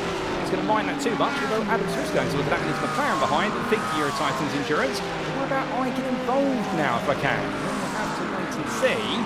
But Simnor suddenly finding, the good news is he's got his teammate behind him, but the bad news is he's gone all the way down to 9th overall. He was battling Milton, Tomlinson-Dennis for 2nd, but the good news is we can get a bit of a replay of that, and here we go for a quick trip back in time. What happened, Dara? Have a look. Simnor in that yellow car at the front of this group in towards turn 1. Does he touch wheel into the grass? No, just a bit of a wiggle straight on into the grass. He must have spun after that though, because he's lost so much time. Up the hill towards turn 2. Is there any more? No, it's all fine. He gets back into the circuit eventually. There's the spin. Too much grass on the tyres. Knew that there had to be something for him to have dropped so far behind. Styles out by actually. careful on the rejoin. That is not a fun place to be, but that's going to be annoying and frustrating for Richard. Oh, 100%, but good awareness of everybody involved there, and that explains why Alfred Kirsten was attacking him so much. He had the pace for the S's, but well done to Richard Simnor for collecting that back together. That could have been far, far worse than what it was, but that is 10 out of 10 from everybody involved there, whether it was Simnor styling out his spin, or alternatively, what was all of our drivers coming up behind him, having to negotiate the S's in such tricky fashion. But that's why they truly are labelled as superstars, these drivers. They may not be quite masters, but at the same time as well, they're definitely able to show what they can do in high-pressure situations. But back to live circuit side we go, and as we do, well, with Simnor falling out of the picture at the front of the field, the top five has calmed down to a degree. In sixth place, Bowie Moss still versus Jared Love. Whereas Peter's Veem gluing to the back of him. But we only mentioned him moments ago, Dale, the fact we've still got a long way to go in this race. But do you think anybody will be starting to think about an undercut strategy early on? I doubt it. I think the issue at this circuit when it comes to the undercut is because it's a shorter circuit, there are going to be more cars dotted around. I mean, when you look at the track map right now, it is quite congested everywhere. There aren't really too many very big gaps to slot into. So I think the undercut's difficult here, mainly because you don't really know exactly how much clean air you're going to have. So it's not going to work as well as it would at somewhere like Spa, where you may have a bit more room to work with. So I think this is more likely to be a case of the longer you can go, the shorter you can make that stop. Very true. I'd agree with you there. I think track position is going to be so vital, and you don't want to sacrifice any aces you may have up your sleeve. Love, though, really continue to push, poke and prod for that move on Bowie Moss. But again, it's fainting at the moment. Just trying to see if we can get into the SimRacing Collective driver's head. But both of these drivers very disciplined, both very aware to each other as well. Bobby Moss, his background within the SimRacing Collective community, racing a whole variety of disciplines, from GT3 through to TCR, GT4s, MX5s, you name it. And he's definitely been in some fields. There's been plenty of elbows out racing to the point whereby it pretty much is blink and you'll flinch instead. Right now, he's definitely not flinching to anything that Jared Love's thrown at him. But Jared Love as well, his background over the last few seasons of the GT3 Championship has been one whereby he's had to just get a little bit more of his elbows out every so often, because sometimes things haven't quite gone right. But also he has been one of those most disciplined drivers out there. He really knows how to find a balance in terms of when to attack and when to defend. But even he's learning that sometimes you want to attack, you don't need to make a move, you just need to simply put your nose there, which shouldn't belong for a brief moment, and just pull it out in time, and you can just rival. So, two very similar drivers in terms of their approaches, both very different backgrounds, but right now they find themselves fighting still as they come down towards turn number 6. You can see there Peters, Veem, Simnor and Jones all queuing up behind, although Jones being dropped slightly, but we do see this group stay close together. Meanwhile, a bit further back, we've got Daniel Page making his way past Kyle Roy, and you go even further back behind, we have got, hold up, we're missing somebody, I think. There's a bumper that's fallen off of someone. Is that Dwayne Hoffman we've lost on the line?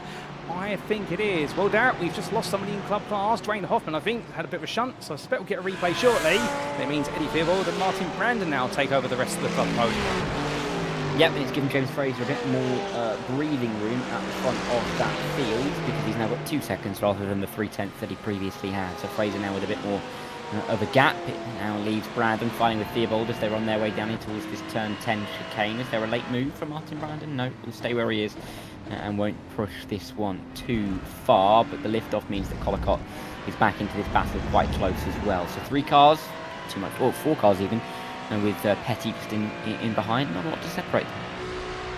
Indeed, very close, man. It is interesting with Martin Brandon as well. Runs the Ferrari in the Thursday Championship. On Sundays, runs the Audi R8 LMS Evo. And, well, looks a lot more comfortable in the Ferrari by comparison. But enjoying himself out there, no doubt about it, as they make their way on to their 12th tour of the circuit. But Mark Collicott really the wolf in sheep's clothing at the moment, because he is an Interdry in amongst all the club members.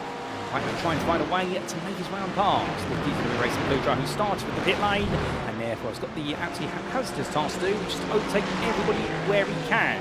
He's going to try it here up towards turn 6, looks around the outside, and Brandon's going to let that one go and decides, you know what, I've got the space to Christopher Petty. I don't need to worry about fighting for this, I can just simply let it be. As he does so, well, meanwhile, looking all the way back up to Moss, Love, Peters, Veem and Richard Simnor. That is an absolute conga line of cars now. In fact, they're so close at this point, I think they're getting any closer. They don't really touch each other as they make the way up past our camera. And well, that camera shows the speed they come through down. I mean, it's incredible how close they can get. But Joris Peters, Veem, I think he's getting ready for a move. Yeah, it looks like he's ready to try and line one up here on Love, but the difficulty is, of course, Love is going to be focused a bit more on what's happening in front of him with Bobby Moss. Careful, because here comes Richard Simnor. He wants to make his way back through the field after the mistake at turn 1 and then at turn 3, but he's not able to make it through turn 2, and we'll have to try and find somewhere else. He's getting frustrated, though, because he knows that he's losing time behind these guys, and he can't afford to lose any more to the likes of Tomlinson-Dennis and Dyer. Wide again from Bobby Moss, it's just costing them. Oh, indeed. Bobby Moss right now really proving to be a cork in the bottle, but in a good way here. What he's doing is holding on to the inside lead first and foremost. His main target is to beat Jared Love, and then all the pros behind, they just happen to be victims of the circumstance, but it leads to an absolutely tantalising fight for us here in the commentary booth, and for you guys go tuning in at home.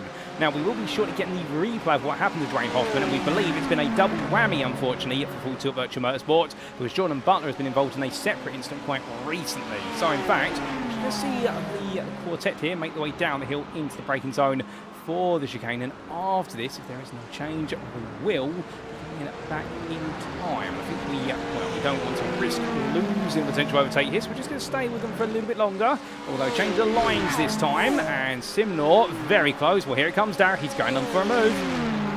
Yep, here he goes. There's two of them there. Careful as they make their way towards this tricky opening turn. He's on the inside line. Nearly bit of contact, but nicely done. He's ahead of Peter Quinn and can now try and chase after Love, who's right there for the taking. I think that the next chance that he's going to have is probably down at turn 10, and that's where he'll line it up from here. Through the S's, though, a couple of tenths further back where I think he wants to be, and he's got the spin right on his tail if he makes any kind of small mistake through here. Indeed. Well, as that move has been made, we're going to see Simnor here. I think look for the move on Jared Love now. Love now in the best of runs for the S's into 5. So, Simnor goes in. It's going to get a little bit close there, but in the end, Love leaves the door open, squeezes Simnor to the apex in turn number 7, because at the same time, he wants Simnor to get a move on. But now, here comes Joris Peters V, the man who's literally been sat behind Jared Love for more laps than anyone else has been set behind anyone else on this race today. And Peter V still having to wait as Andy Jones now queues up. And the Acura there, now primed to look for a move. Not a very popular car anymore, given the more recent BOP updates made to it after Season 12, where we have seen the car become quite the handful to drive. But Andy Jones definitely making sure that he shows it can be driven. He's going to stay behind there as they head towards another lap. But we now go back in time and find out what exactly happened to Dwayne Hoffman. And here's the replay, ladies and gentlemen. Suspect, through the S's, towards turn number 5. He does so, hits that exit curb like so many others have done, and it weaves its way to the barrier there. And in his own words, all about the driver in the YouTube chat says, had steering damage and needed to pit early to fix it. Such is life. Unfortunately, down when it went wrong for Hoffman, it also went wrong for his teammate Jordan Butler. Yep, and he drives for full tilt, Dwayne Hoffman, as does Jordan Butler, and they've got a little bit too much tilt into that corner. Let's see, Jordan Butler in towards turn 2. Something was wrong well before that. I'm not exactly sure what, but he looked a bit funny out of turn 1. Toed it at turn 2, and it's just not good news for the team at all. Oh, indeed, not good news if you're a Full Tilt Virtual Motorsport fan. But meanwhile, we come back to live racing literally as the club lead battle intensifies. How about this?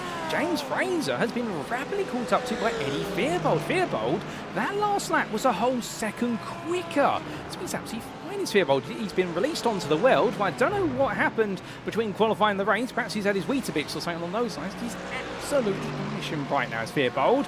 James Fraser, meanwhile, well, we haven't got anything to say he's made a major error. I'll tell you that last lap, perhaps one of his slower laps of the race so far, but nothing untoward. So Eddie Fearbold released, but I wonder if he's one of those drivers now whereby as soon as he sees somebody in front of him, it just gives him that extra 5%. I think he's a driver who perhaps loves to hunt rather than be the hunted. Yep, I think that's most drivers, to be fair, though. No one likes to be on the back foot. Everyone likes to be trying to push forward. I know that, when I was young, and on the old F1 games, whenever I'd have an AI race, I'd always love to, do the 2-stop or the 3-stop, do the extra stop, because it meant you had more cars to overtake rather than trying to defend your pace all the way through. So I think inherently everybody wants to try and move forward that bit more, so you're going to be having a bit more fun looking at the car in front of you in the windscreen rather than in the rear view mirror, or even the wing mirrors, or even that little camera that he's got next to him. Good exit though from Theobald's going to keep him close to Fraser. Fraser hasn't looked too calm. Yes, he leads the club class, but I don't think he's the fastest driver right now. He's just been the most consistent, which is why he finds himself in that position. Oh, indeed, a changing position to be in. And one thing that was noticeable a little bit coming through the S's there, that Fraser, the rear end started to slide a little bit, going beyond the slip angle of the rear right tyre. So I think right now he's perhaps just experiencing slightly warmer tyres than what he's used to, and that's just hurting him for grip levels. Eddie Fearbold, a lot more confident, but of course, in that run through the S's, the concertina effect states that you are going to back off, otherwise you will tap the rear end of your rival. Meanwhile, change further up the road, Sam Hockley and Daniel Page side by side. The Pro on the left, the Inter on the right, both in cars that have seen their fair share of action. But right now, the Chaps Motorsport McLaren being passed there by Page, who moves up to 13th place. Well, for Sam Hockley, won't mind that too much. But whilst that's happening, well, meanwhile, we have got Richard Simnor with another slowdown in this long quintet of Moss, Love, Simnor, Peters-Veeb and Jones. And well, that's Love sliding over the road. Richard Simnor right now with a slowdown, but passing Love, Dara. It's all chaos out there. Yeah, it's difficult for him though, because he's going to have to serve that slowdown probably here. Yeah, you can see him just trying to do it on the entry to the corner where he likely wouldn't be overtaken. Could be okay on the exit, but he's going to have Love right behind him, and then Peters-Veeb following both of them up the hill as they go towards 8 and then 9 in towards turn 10. I don't think Simnor's going to be overtaken here by Love. I think Love's too wise for that. Simnor can try and, get up towards Boss now. There's 2 seconds to catch.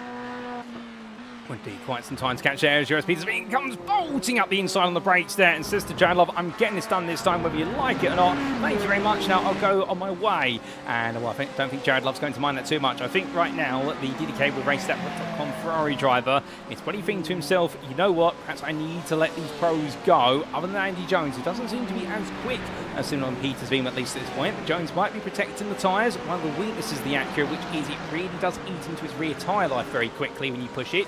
So you've really got a limited amount of time that you can go aggressive with that car. And right now, Jared Love definitely trying to take an alternate tactic, which is, if I can't stay with Moss because of the pros behind me, I'll let the pros get past me and go annoy Moss instead. But now he's just got to hope Simnor and Peters-Veeb are able to catch up to Bobby Moss, but that gap is already coming down to Moss from Simnor. It's already down to 1.7 seconds. It is closing very rapidly. Whilst they're continuing to fight one another, in terms of other battles out there, one thing we've talked about is what's happening towards the very front. And, well, here's a move from Brandon Dyer on the inside of Tomlinson-Dennis. And Tomlinson-Dennis not putting up a fight at all there. Brandon Dyer going straight out the inside. I wouldn't be surprised if Tomlinson-Dennis is playing his passive for the sake of saving some fuel, because pit stops are getting closer and closer. We just had Mark Collicott come in for his one and only stop today by the looks of things. I look out the commentary booth window. A bit of an interesting one there, Darrett. Brandon Dyer just being allowed pretty much the door and all the road, and Tomlinson-Dennis just saying to him, take it when you're ready, sir. Yeah, indeed. I mean, it's interesting because I think Price is getting away at the front. He's nearly 7 seconds now at the front of the field. So I think, yeah, you're right. I think maybe just a tactic of saving a bit of fuel behind Brandon Dyer. He doesn't almost want to give Brandon that advantage himself, and so he's better positioned to control his race from P3 in that Lamborghini to get himself into P2 on the strategy rather than necessarily on the road. Still a long way out, aren't we? Only 25 minutes, 24 minutes really gone in this one. So still a hefty, 60% of the race still to complete here at Road Atlanta. He's not at risk from Woodgate behind with Tomlinson-Dennis. And like I said, he can't really start to think about catching up to Corey Price because that gap is just too much at the moment. Well, indeed it is, and for those of you who are Corey Price fans, here is your Darkwing Racing driver in the 398, making his way onwards around the Inter Racing Team livery. I do believe still registered for Darkwing Racing for the remainder of this season, so a bit of change of livery on the car, but not a change of the man in the car, and right now absolutely flying away, such is the gap, and well behind him, that is Nils Bauckhage, who got caught up in the open lap instant to turn number 5, and the NJP Performance Drive. With this result, it will put him out of contention for the championship title, even though it has been a bit of a difficult day for Simnor thus far, but Bauckhage would commit this another poor score inside his opening 9 rounds, and suddenly the gap would be more than 100 points for him to close down, to be an outsider in that championship charge. But as he heads onwards, and we do say hello to Hyric TV, and well, we do see a few of you there cheering on Corey Price, including TTV Arzox as well, so glad to see you all coming out in full form there, cheering on the Darkwing Racing Stroke Inter Racing Team driver. Well, remember, we have got 2 members of the Inter Racing Team outfit liveried machines inside the top 5, so we've also got Ben Woodgate still trying to chase after Milton, Tomlinson-Dennis and Brandon Dyer. He's currently running in 4th place, and just wait a little bit longer to get close enough to them. But The gap is coming down a little bit at the moment, it seems, and all the racing is coming down as well. Although there's never too much away from a battle here if you're in the club class, as Christopher Petty slowly catch up on Eddie Fearbold. And, well, I mentioned early on, Dara, the fact that Eddie Fearbold seemed to be Mr. Lightning fast. Suddenly, he's lost a lot of time to James Fraser, the best part of 4 seconds, and now, well, I believe Fearbold may have had an off-track on camera, but now it's Christopher Petty who's the fastest club driver out there. Nobody seems to be the quickest in the club, they seem to go through phases. Yeah, I think there's something to be said about the fact that because these drivers in the club class have a slightly lower I rating, they have the pace every now and again. It's just the consistency that I think they struggle with generally over the time. That's not a criticism, of course. But I think it's what can separate a couple of the classes out from each other. It's not necessarily the top-end speed. It's how well you can manage that and how consistently you can perform at that level. So James Fraser's performing very consistently indeed, which is why he's at the front. But he just doesn't seem to be the fastest driver on pure pace at the moment. So he's doing all that he can do, and he's well experienced here at SRI and his previous form at ESR. So, James Fraser doing a great job to be where he is, and if that gap is ebbing and flowing, I think you'd be pretty pleased to have that 4-second gap for the time being. Oh, indeed. And as we make our way to the halfway point, Thomas Weston comes into the pit lane just before the pit stops get underway. Let's give you a quick rundown, ladies and gentlemen, of how the top 5 in each class sits. Corey Price right now, your oval and pro leader, by almost 7 seconds ahead of Brandon Dyer. The Dartwing Racing driver really has bolted away since taking the lead on the pole position in qualifying and then leaving Richard Simnor behind to fight for second.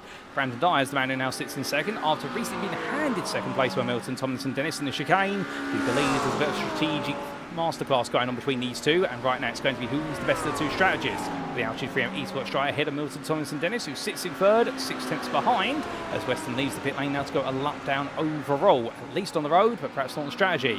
Ben Woodgate, a further 3.5 seconds behind. Well, we can see the Inter-Racing team driver in the 324 McLaren, not quite on the pace of the top 3, but well clear of the rest of the field, and the Inter-Racing team continues with a 5th place currently for Schubert Cardozo. Then you go from 5th overall to 6th overall, and you find your interleader, Bobby Moss, who now has a very fast and furious Richard Simnor behind him. And Bobby Moss, the SimRacing Detective Esports driver, took the lead in class with Jared Love on the open lap, and since then he's had to dig in incredibly deep to keep Love behind. But he's been grateful to the fact he's been able to get the pros of Simnor and Joris Peters Veem to split the field, and well, that's enabled him to stay ahead. However, Simnor looking for that opportunity when he can.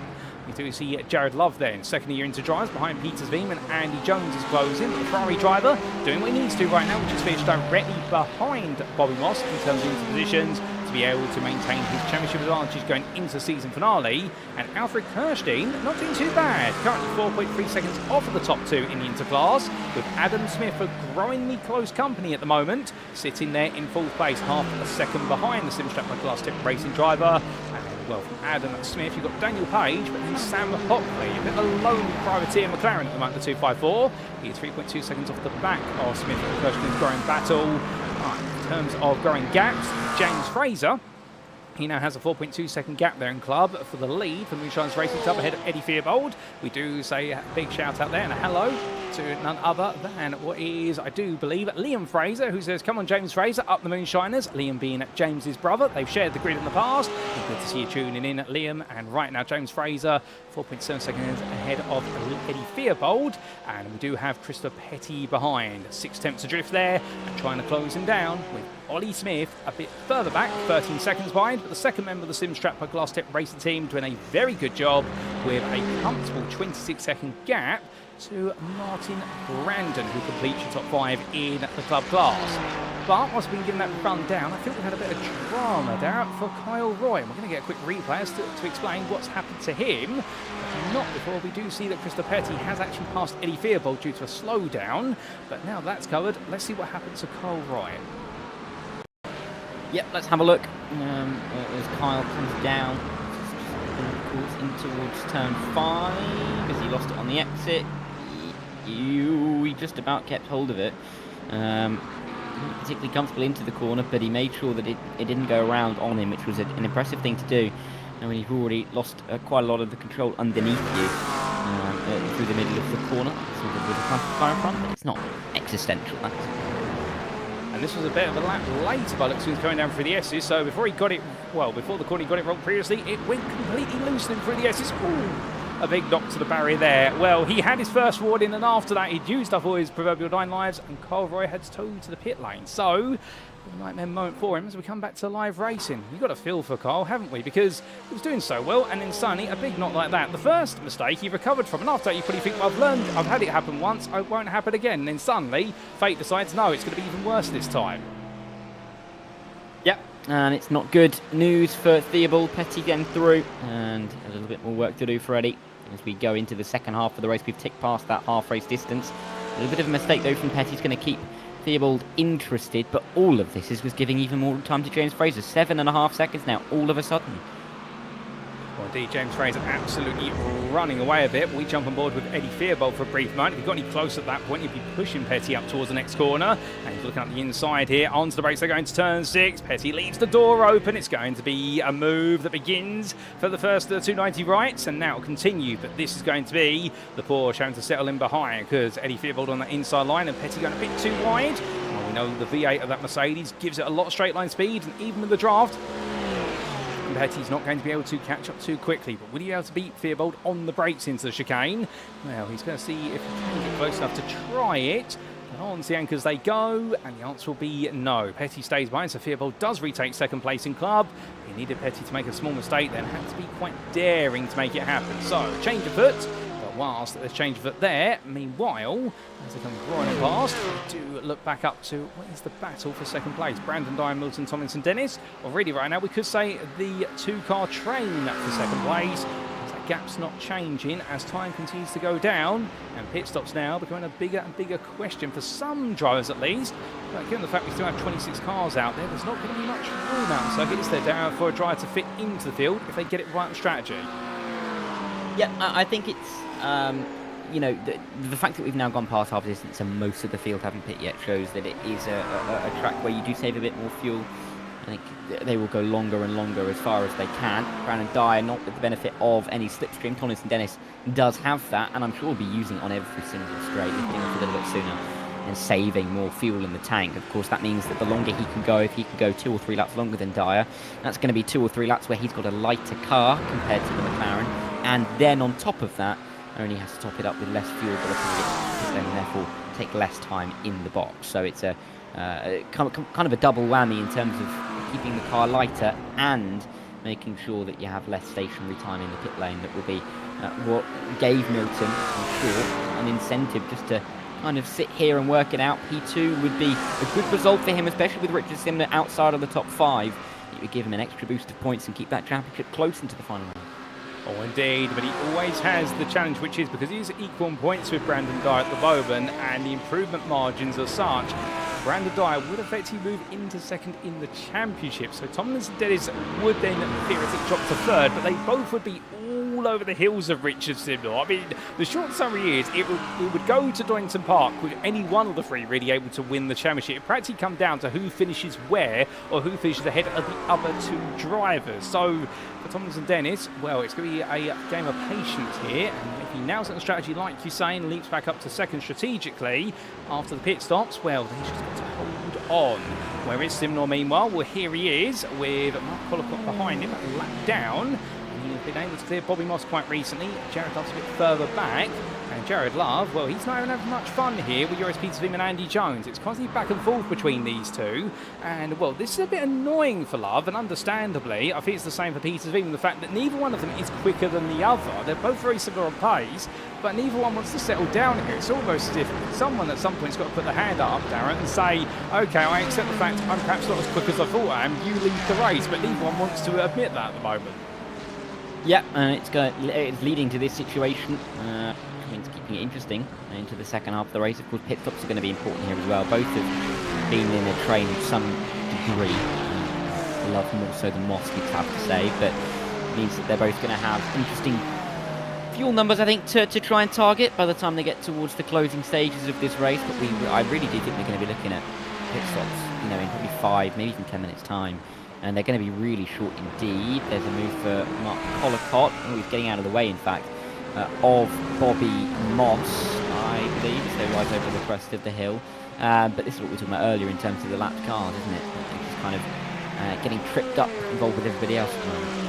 Oh, Oh, indeed. And speaking of a trip up, as we look to the pit lane, Christopher Petty has come into the pits. He's picked up a black flag for an unsafe pit entry, so he's currently been stopped and held there. And I believe that stop and hold is at least 30 seconds being added onto his pit stop. So for Christopher Petty, a chance to change this man for second place in club, Eddie Theobald. That has now all come to an abrupt halt. Unfortunately for Petty, he was looking so good, but unfortunately an error going into the pits, and the Road Atlantis pit lane, not the easiest one to come into, because you essentially enter it over a blind hill, and then you've got to slow down through essentially a slalom coming into the pit lane.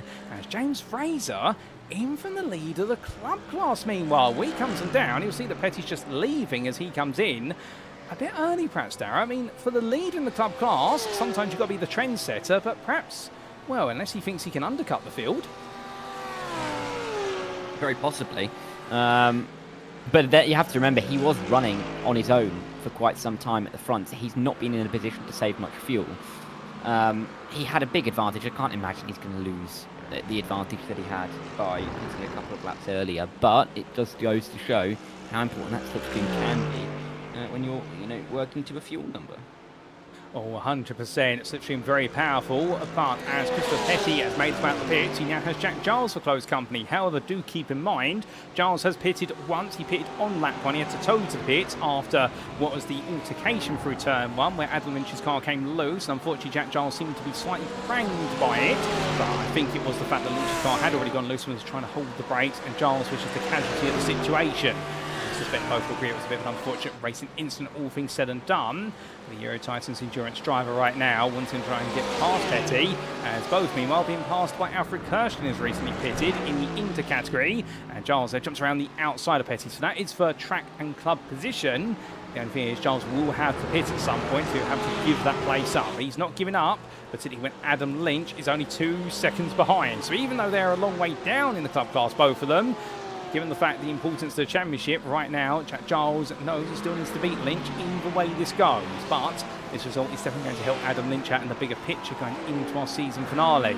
But speaking of pit stops, into the pits from the overall lead and the pro lead as well, Corey Price, Dara. So I think he's decided the fuel tank's starting to say it's low, and he's not had anyone to fuel save with, but this should be a straightforward stop. Could be, and he should get in and out. We can see how long it's going to take for him. It won't be a grand amount of time. Love will go through, Peaches Green will go through, as will Jones, but with Moss Page and in the pit lane as well. Price should be out before Setters comes through. Maybe not. This is a longer stop for Corey Price, and he will be well out ahead of Setters. The Kiwi will be staying behind our, we'd call him our net race leader. For the time being, 22 minutes, 21 minutes on the clock means 38 minutes in the opening stint in clean air.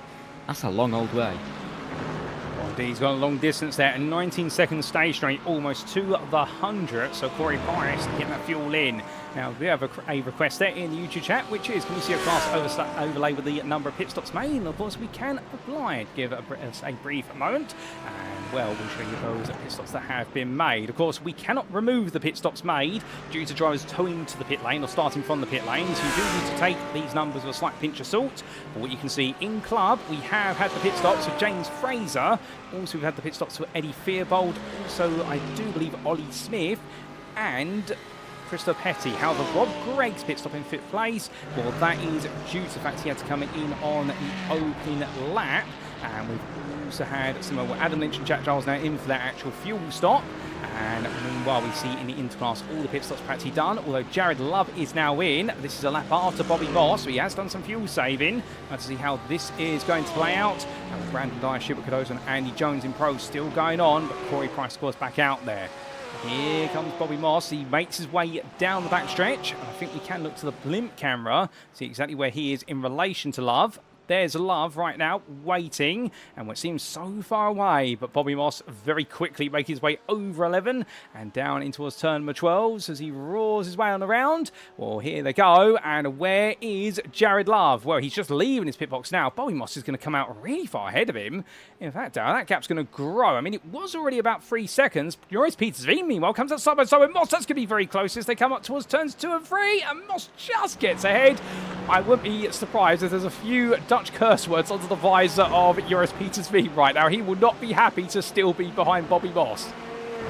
Yeah, it's unlucky, but I actually think in a way it's going to help him. If he was side by side to turn 2, his tyres aren't up to temperature, that would have been difficult, let's say, for him. It would have been very nice to drive through. Pit stops now for Dyer, Cardozo and Jones, so now everybody has stopped, and that should be that in terms of mandatory stops. If anybody else comes into the pit lane from here on out, it will not be for either a planned stop or a stop that they would want to take. Everybody has completed their mandatory number. Here is Corey Price. He should be able to filter back to the lead of the race. With that movement from another car coming off pit road, and Price will be comfortably back in the lead again. 90 minutes to go.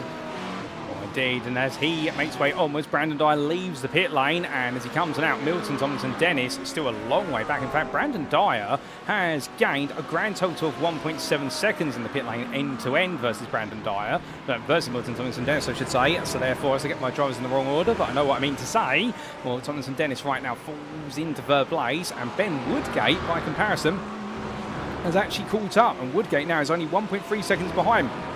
So the InterRacing team, they do have what is their driver still in 4th and 5th in the form of Woodgate and Cardozo. And also they do have the Darkwing racing car of Corey Price leading. Milton, Tomlinson-Dennis, much like at Magny-Cours, it seems though these final 20 minutes of the races more recently are starting to impact that Lamborghini more and more. I suspect Tyre Life is at a premium in terms of how hard that car has had to be driven. As they go all the way onwards, I see Mark Kent saying in the YouTube chat, Corey with an 8-second lead halfway through. Does he have somewhere he needs to be or something? Well, I think right now Corey Price is so hot off the press right now in these boiling hot conditions that I think he wants to try and rush to the shower. But the only problem is, the quicker he goes, the more laps that there will be in the 60 minutes of racing. He can't change time, unfortunately. He can't go quick enough to speed up the rate at which time goes. But I think he's just keeping himself distracted. Meanwhile, Bonos and Andy Jones. Jones going defensive here. Moss squeezes into the inside. They touch again under braking. And Moss wants to get past the DCW racing accurate. He wants to put the pros between himself and Jared Love. Gets it done. But here comes sure it's Peter's V on the inside as they come over the hill and down. And right now, Dutchman sees the opportunity. And Andy Jones had jumped them all in the pit stop. Through so much fuel saving. In fact, Jones's pit stop 3 seconds quicker stationary. It was all for naught in the end when Bobby Moss and Joris Peters Vima found their way through, but understandably, Richard Simnor's also jumped this group to a degree. Andy Jones there, after what was a brilliant bit of strategy, he's lost out, and now, well, Peters Vima Jones back to where they are once again, but Jared Love, as we look on board him, Dara, he's going to look in front of himself and think, great, I've now got 2 more pros in front of me once more, albeit I know my rivals at the head of this group, but I've still got to pick my way past.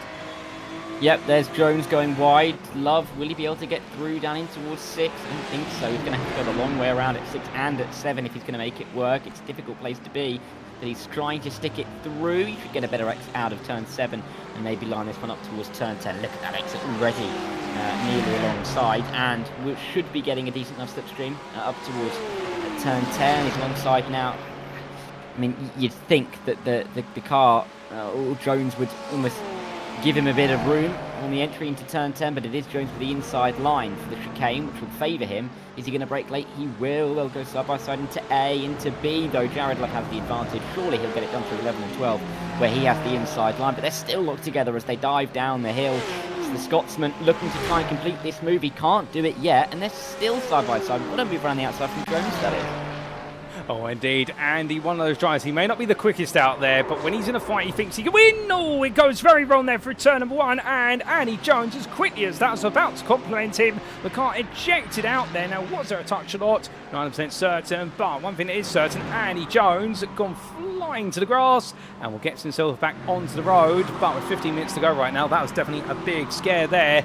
And, well, what a brilliant fight, but it's ended up in a bit of disaster, and we do get a quick replay to explain. Darryl, what exactly happened? Let's have a look from Andy's point of view. Of course, coming into the corner, he's just going a little bit wide. Oh, he carries too much speed. Car's gone into the middle of the corner. No contact at all through that. And that's him into the barrier. It's completely an unforced error. And it's unfortunate that he's got no one to blame but himself. Oh, indeed, and making so much progress, but in the end, unfortunately for the Welshman, well, that mistake, like you say, just cooking up the rear of the car with too much speed going into the corner, and the rest was history. But that being consigned to history, it does mean Jared Love now can tick one driver on his list of his hit list before he gets to Bobby Moss. But he's got another. It does feel as though he's playing for a video game right now. He's got to take out all the henchmen before he gets to the final boss, if you will.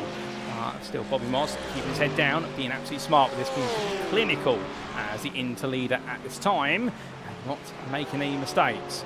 Further back, Alfred Kirsten, currently third in the interclass length overall. He has Adam Smith staying with him. The lap times between the two of them practically identical lap to lap. Kirsten is being very slowly caught up to. Adam Smith is winning a second now as they rise through the first sector.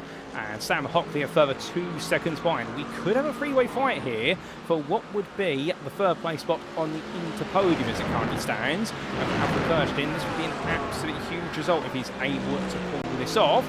Thereby it would essentially translate into his first and only so far in the season podium.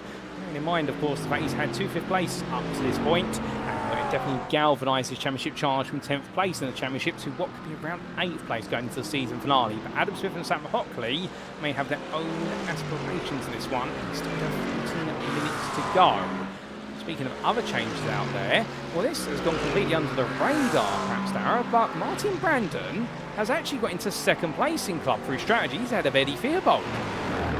Yep, good work from Martin Brandon. He's just ahead of Eddie Theobald, 6 seconds behind Fraser in the lead. But 3 different manufacturers inside the top 3 in this club class, something that we could also say for the interclass. But the drive from Brandon, not the best run. Here comes Theobald, inside line at 6.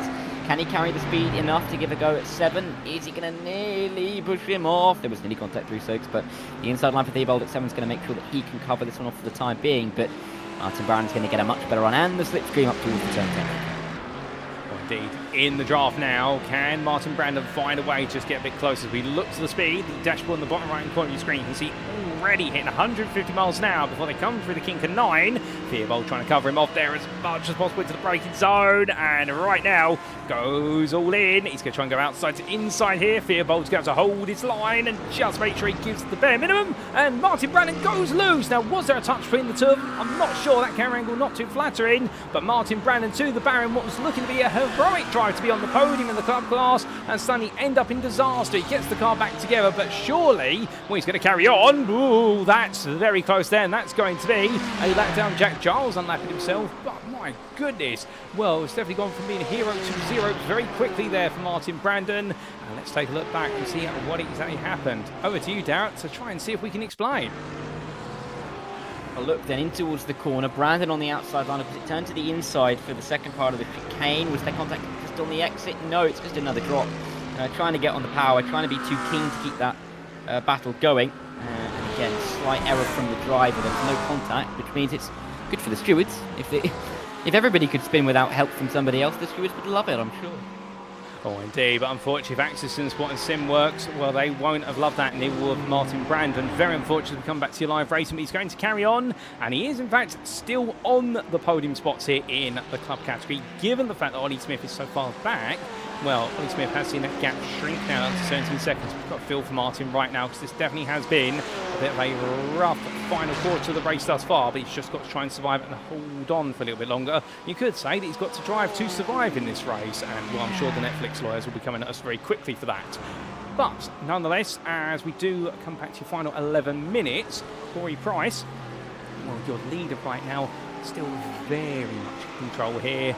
And Brandon Dyer 8 seconds back at the moment and not able to find a way to really respond. Bryce, well, some are saying the UGK has got to practice the 20,000 on this weekend, so he's got to hurry to the practice session. This really feels as though he's going to complete his day job, which is to win this race, and then he's got to get on the bus immediately to do his hobby in the evening. Well, I'll tell you one thing, if that's the case for the Darkwing Racing driver, he is absolutely flying right now, and he wants this race done quicker than anyone else. And Dyer and Milton Tomlinson-Dennis have still got a way to go. The gap has opened up. And Milton Tomlinson-Dennis, he's got Ben Woodgate slowly closing that gap. The gap now down to 9.5 tenths. Very slowly is it closing up. But it's taking a lot of work from Woodgate to be able to get it down to this state. Whereas, we get back to Bobby Boss, he still has Joris Peters-Veem separating him from his fellow inter-rival Jared Love. That is not ending at any point. But for Joris Peters-Veem at this point, I think Dyer, he's going to be sat in this car at the end of this one thinking, well, you know what, I've not had really the chance to battle with too many pro drivers today, but I've had an absolute brilliant ding-dong scrap with 2 Inter drivers. I think he's also pretty thinking, I wish I was an Inter right now, because this would be for the Inter win. Well, exactly. But he's kind of just stuck in the middle here of these two. I think Love's going to be starting to get a little bit frustrated that he can't go after Moff because Peters-Veem is in the way. in a way, obviously Joris will want to, do the best that he can. But part of me, if I was Joris, this may be why, or certainly why I'm a commentator. He's not going to gain any points if he overtakes Bobby Moss at all, because he's still going to finish 7th in class. He's realistically too far back from Richard Simnor to try and chase him down with the remaining laps that we've got, with the pace that Simnor has shown over the course of the race. He's got a 10-second gap to Page behind. Part of me would maybe just let Moss and Love go at it between them here. Maybe just drop behind Love, give them the room to fight, and I mean, it might even give him the P7 anyway, overall, by allowing him to fight. He doesn't lose anything by getting up the position, because he still gets the same amount of points. And maybe just from a spectator point of view as well, that'd be fun, because we get to see the battle for the inter-win. Oh, indeed. I can see a few of you in the YouTube chat giving similar thoughts there to Darren, and I would agree, but of course, as a racing driver, the problem is your smart brain sits there, and that gets put to the side for most drivers in the heat of the moment, and understanding Peter's being, I think, enjoying being in the scrap, and the devil on his shoulder taking over and saying, no, we need to fight a way through. But like you say, Darren, if he did slip in behind and just simply act as the follow car, the chase car for the rest of it, he gives the popcorn seat view of the battle, in no doubt about it. So we'll have to wait to see what's going to happen between them. Not long left. As we do say hello to Philip Harris there in YouTube chat, who says, evening, unfortunately I couldn't race tonight. PC decided it didn't want to PC anymore, so having to send it back. Well, that is a shame, Philip, because we've absolutely loved seeing you out there for the last couple of rounds, and you've definitely been building up a run of points finishes. We hope to see you back for the season finale at Donington Park. So it won't quite be the same grid if we don't have you there, so fingers crossed for that. But glad you can check in and let us know what's happened, and hope you're all doing well nonetheless, even though, of course, not the way you've waited the day to go. For right now, it's been the way the days go as I come down the hill. Running with the dashboard here of Jared Love's Ferrari 296. Well, Joris Peter's been getting very close to the back of Moss through the S's there. Love continuing to be so patient at this point. I mean, given the fact he's been in this situation now for the best part of 55 minutes now, you would think that this is a real test of his stamina in this race. It's not the longest race in the world as he gets close to the back of the BMW there, Peter's been, but that is the first instance where he's actually clipped the rear of another car. They're getting very close now. I think Love's making his wishes well known now. With only 7 minutes to go in the race, time really is ebbing away. Price just crossing the line. I think we're going to have maybe just the 5 laps to go now. Maybe we're going to squeeze in a 6th. In fact, I think we will. But that is it. As Love gets close again into the turn 10 chicane. Skies are darkening, but I wouldn't think there's going to be anywhere near enough rain towards the end of the race to call pit stops, if it does come at all. It is just a slight darkening for the time being. Oh, indeed. I think if any rain came at this point, everyone would just simply survive on their slick tyres. And the circuit is so warm at this point now, and everyone has got those tyres so heated up that it would be an absolute disaster and strategy to try and force the wets on, unless we literally have monsoon conditions kick in, and then it would be about just surviving to get into the pit lane. But as they're coming down the hill, probably Moss right now, or enjoying himself out there, although this pressure must be absolutely huge. And well, if he brings home this inter-win today, this is definitely going to be his hardest earned one at that. In fact, he's not just had to make sure that Jared Love hasn't got close enough to make a move, he's also had to fend off pro drivers non-stop to keep the cushion. There's no other battles really out on the circuit, ladies and gentlemen. That's why we're staying transfixed to this one, although we are keeping a close eye on the 3rd and 4th battle for Interclass. The final spot of the podium is Alfred Kirsten to ahead of Adam Smith. Here we can actually show you them making their way through turn 6 into 7. And the Dane holding on. Adam Smith 7 attempts behind, and Jones is trying to catch up as well, having recently got back ahead of Sam Copley. So just keep in mind that the Interpodium is still to be very much decided who's going to be on which step of it, and whether Adam Smith can creep his way onto it. This could be some very valuable points for the Euro Titans Endurance team and their team's aspirations to try and get into 2nd, which they'll have a very good chance of doing given the double retirement for DDK Racing of Harper and Court, because they still do have out there none other than Jared Love. 5 minutes to go right now, and well, for our leader in club, James Fraser, 2.8 seconds is the gap, but again, that last lap, Dara, 7 seconds gained, not 7 seconds, 7 tenths gained by Eddie Fearbold. Fearbold's on a bit of a march again.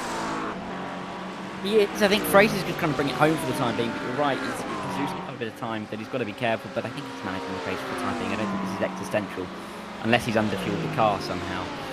For James Fraser, 5 minutes to go, and we really are into the handful of laps, not even too far away towards the conclusion. Because where is Price? Price just crossed the line. These guys are all a lap down.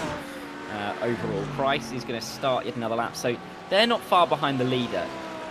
Rory Price has got 4 more laps to go here, which means they've got 4 more laps to go, which means James Fraser, as long as he doesn't lose another 7, well, really, if he loses even 6/10 a lap, it's going to be absolutely fine to the end of the race, even 7. So I think he's going to be just trying to manage this for the time being, but it's getting close, isn't it? Oh, 100% it is. And well, as we come back to that bout of the interlead, a couple of questions being asked there with regards to, are there any potential penalties for a driver of a different class essentially impeding a battle? The answer is no, because they are all on the same lap. They are allowed to race each other. There's nothing in the rules that says if you're a driver of a different class, you have to give way. Now, understandably, I think after the race is done, there might be a word or two between these drivers if they feel as though that perhaps, particularly in Jared Love's case, he feels like Joris Peter's team has impeded him. But there's nothing in the rules that says, so long as they are on the lead lap, they are allowed to battle each other across classes. But there are no brownie points to be gained. Well, indeed, it's only brownie points to be made by beating a driver in another class. You don't gain any more points in the championship. We don't do this as points overall position. You would get points based on your class position.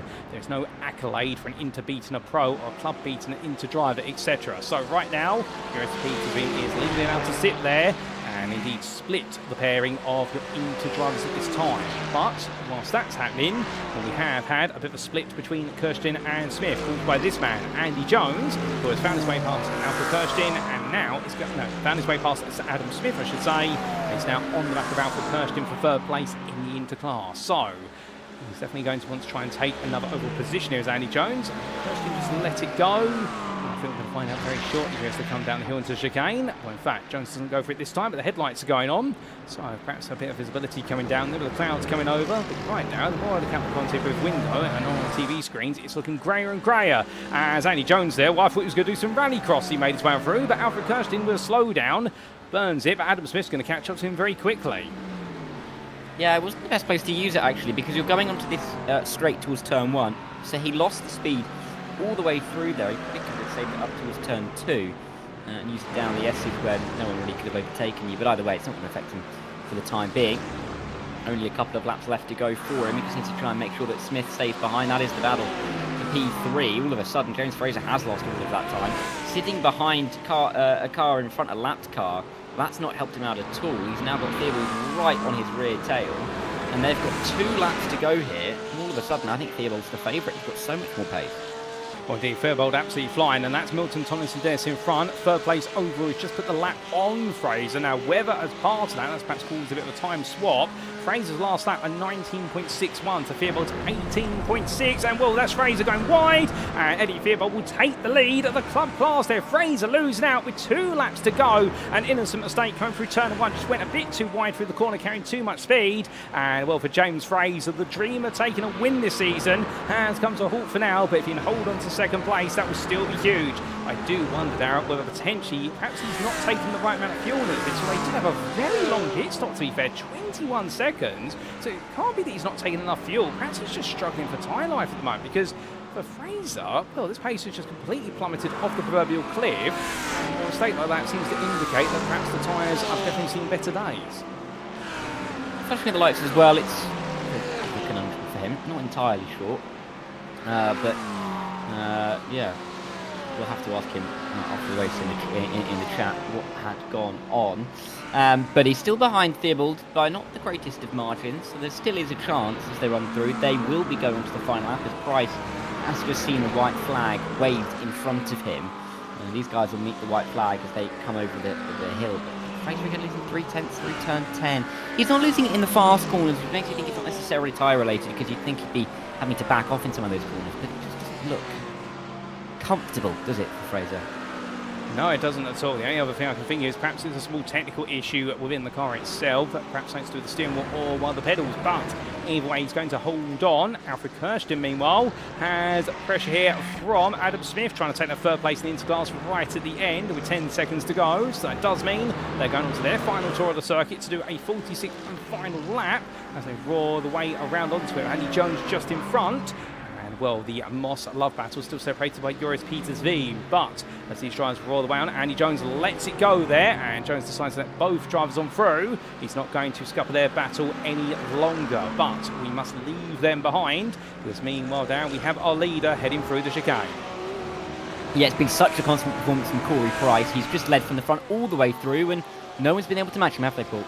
No, indeed they've not. So without further ado, ladies and gents, with the checker flag waves, and Corey Price of Darkwing Racing takes victory here at Road Atlanta. An infamous win by 11 seconds over on in Pro. But who will take the club win behind? Well, it's going to be just a little bit of time, and well, you'll see it'll be Eddie Theobald who comes around for the club win. Just in front of him, it will be Brandon Dyer run up in Pro ahead of Milton, Tomlinson-Dennis. But from Eddie Theobald, it will then be James Fraser, second place in the club class in the end. We've then got a bit of time before we do see what will be Schubert Cardozo come to line. In fact, he's just coming through. There he is. Then it'll be Richard Simnor in 6th place. Ben Woodgate was 4th, and then we will see in the rear of the picture Bobby Moss take the Inter win. A brilliant drive from the SimRacing Collective Esports drive, fends off Jared Love with Joris Petersveen between the two of them. Daniel Page will come through very shortly to bring on home what will be 10th place, and just in front of him, let's not forget him, Martin Brandon with his first club podium of the season for Axis and Sport with SimWorks. What a drive from him on strategy. Alfred Kirsten will hold on to 3rd place and Inter in 11th overall. Adam Smith only 2 tenths behind him, and Sam Hockley caught up to him in the end and took 5th place in class, 13th overall. Andy Jones crawled to 14th at the end ahead of Bradley Setters, and then we will see Thomas Weston be your last finish of this race on the lead lap. And well, here he comes towards the timing line as we have had Ollie Smith come through for his best result of the season as well. A lap down, and well, the Simstrap Glasstep Racing team taking season best performances here today with a maiden podium for Alfred Kirstein and almost a maiden podium in club for Ollie Smith. What a drive from them both. Well, that completes our race, ladies and gentlemen, and well, what a race it's been, as everyone does corn down towards the pit lane. But without further ado, let's bring you those race results subject to any stewards' inquiries, starting with your overall. And as we can see, after 60 minutes of absolutely exciting and entertaining racing here today from Road Atlanta in the Superstar split of Season 12 of the SimRacing International Thursday GT3 Championship, brought to you on iRacing, Corey Price, your winner for Darkwing Racing by 11.1 seconds in the end, ahead of Brandon Dyer, the runner-up for Altitude Frame Esports, 2 seconds ahead of Milton Tomlinson-Dennis for Samantha Tan Racing. And then we did see outside of your overall podium, Ben Woodgate, 4th for Inter Racing Team, head of his teammate Schubert Cardozo. The gap between the two of them, 11 seconds, gradually grew.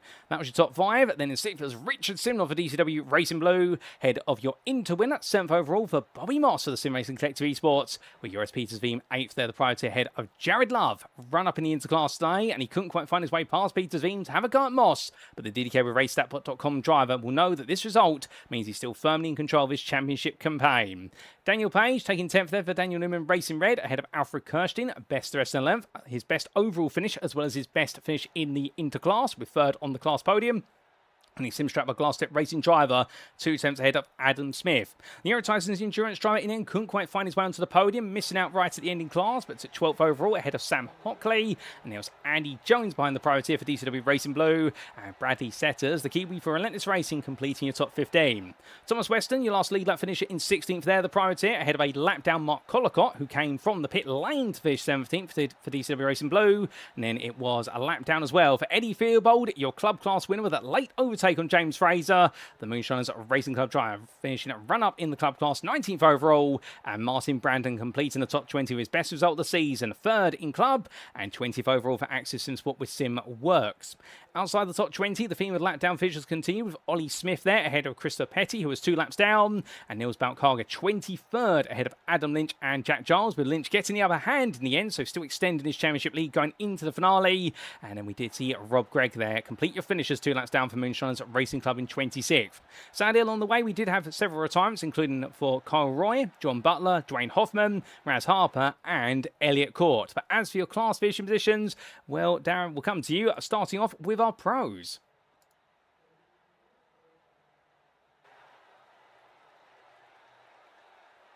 I do believe it has just had to step away for a brief moment, ladies and gentlemen. Do apologise for that. I did miss time there. I didn't realise he had stepped away, but that's because I was looking at the screen. And as we can see, Corey Price, your pro winner. And, well, the Darkwing Racing driver, 11.1 seconds there, ahead of Altitude Frame Esports, Brandon Dyer. And a brilliant result for Corey Price. And, well, the Dutchman in the end bringing home that maiden win of the season, I do believe. But what a way to do it. And looking absolutely unstoppable. Brandon Dyer, Dyer, second place there, moves ahead of Milton, Tomlinson-Dennis in the championship campaign. Definitely moves himself into second, with the Samantha Town Racing driver following close behind. And Ben Woodgate with that full place inter-racing team brings himself right into the mix for the top 5. Shibba Gadozo completed the top 5 there, behind his teammate, ahead of Richard Simnor. The biggest casualty of the race today with that early mistake. Cost him dear, but he will still be the championship leader going into the season finale, but not the result he wanted to go to Donington with, 6th only. The ECW Racing Blue Drive was followed up by Joris Peters-Veen with Daniel Page, Andy Jones and Bradley Setters completing the top 10. Now it's Nils Bauckhage ahead of Raz Harper and Elliot Court, with both of the DDK with RaceStatBot.com drivers unfortunately retiring from the race, and Bauckhage 2 laps down. Meanwhile, in the interclass, we did see it was in our second tier, Bobby Moss, who took the victory in class. And well, for Bobby, that does mean now he does level the victory playing field at least with 3 wins to Jared Love's 3 wins. And he's almost had them all back to back, excluding the third place last time out.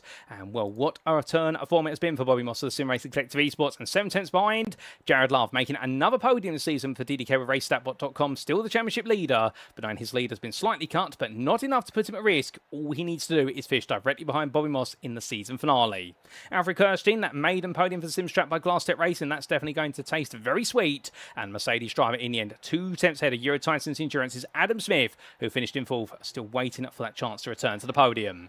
Sam Hockley, 5th there, the privateer, 3 seconds behind, but the best part of 23 seconds ahead of Thomas Weston. And then Mark Collicott, a lap down there for DCW Racing Blue, and it was a non-finish for Kyle Roy, sadly, for Axis Sim Sports with Simworks. And then lastly, to the club class we go. And as we can see in the third of our classes, it was victory for Eddie Theobald, and what a win in the end. And well, his second win of the season, his third podium, the privateer, 2 seconds ahead of Moonshiners Racing Club's James Fraser, who just simply slipped off the pace right at the very end with Snakes creeping in. But still, for James Fraser, what an effort from him to take that podium, and it is none other than his second podium of the season, his best result with a second place. Martin Brandon at third there, his first podium of the season for Axis Sim Sport with Simworks. Thought it could have been second, but in the end it was third, but survived all the way to the very end in his Ferrari ahead of Ollie Smith, was season best 4th in class for Simstrap by Glasstep Racing. And there was a lap down for the privateers of Christopher Petty and Adam Lynch. Also lap down for Jack Giles after Lynch and Giles came together on the opening corner of the open lap. And the Euro Titans Endurance drive was ahead of Rob Gregg for Moonshiners Racing Club. And then it was retirements to the full tilt Virtual Motorsport machines of Jordan Butler and Dwayne Hoffman. Well, ladies and gentlemen, that's our rundown of the finishing positions, subject to any stewards' inquiries. And well, we are going to take a brief breather for approximately 5 minutes, and we will be returning as soon as we possibly can for our post-round interviews. And don't go anywhere, you won't want to miss what our drivers have got to say about the absolutely brilliant racing we've seen today. We'll be right back as soon as we can.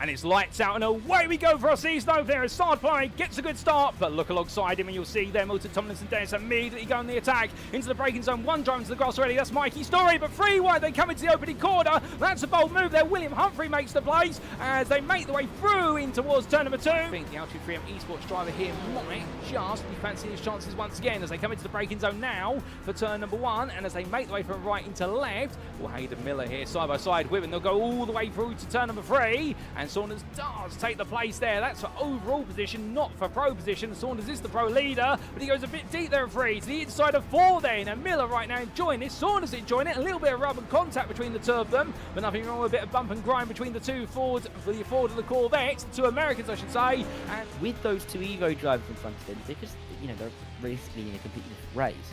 They're just a barrier up towards the likes of Rubino and Wendell. Oh, there's Rubino going off the road, and here comes James Bostock, past 1, past 2. This is a great little move from James. Oh, and look behind him as well. Hardiak, up high, he decides to come back down low.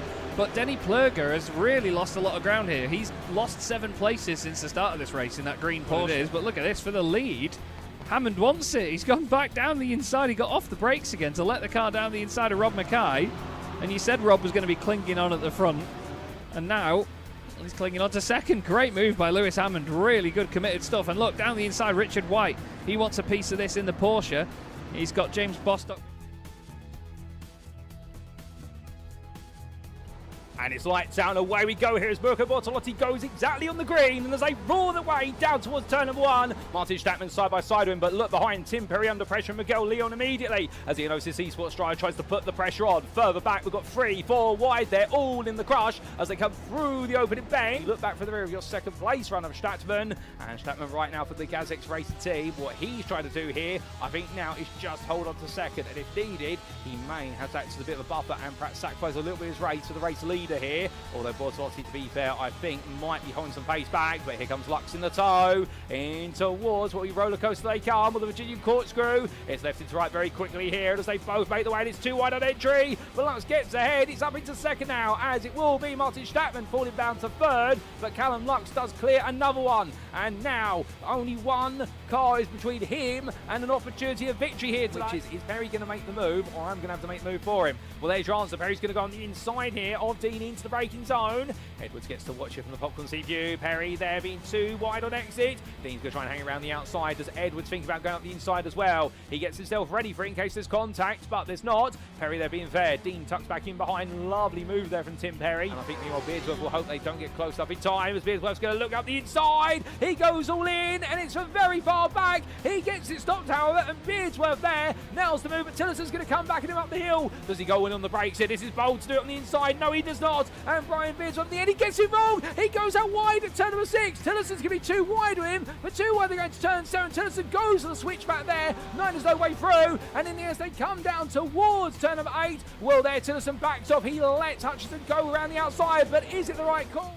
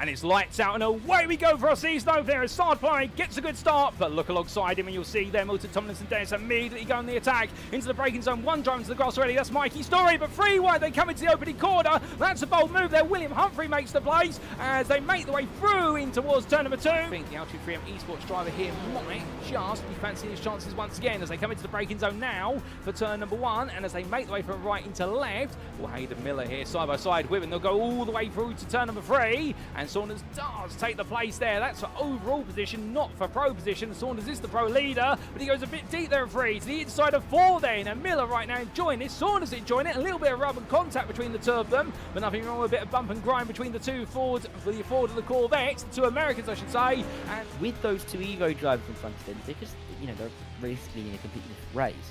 They're just a barrier up towards the likes of Rubino and Wendell. Oh, there's Rubino going off the road, and here comes James Bostock, past 1, past 2. This is a great little move from James. Oh, and look behind him as well. Hardiek, up high. He decides to come back down low. But Denny Plurger has really lost a lot of ground here. He's lost 7 places since the start of this race in that green Porsche. But look at this, for the lead, Hammond wants it. He's gone back down the inside. He got off the brakes again to let the car down the inside of Rob Mackay. And you said Rob was going to be clinging on at the front. And now he's clinging on to second. Great move by Lewis Hammond. Really good committed stuff. And look, down the inside, Richard White. He wants a piece of this in the Porsche. He's got James Bostock. And it's lights out and away we go here as Mirko Bortolotti goes exactly.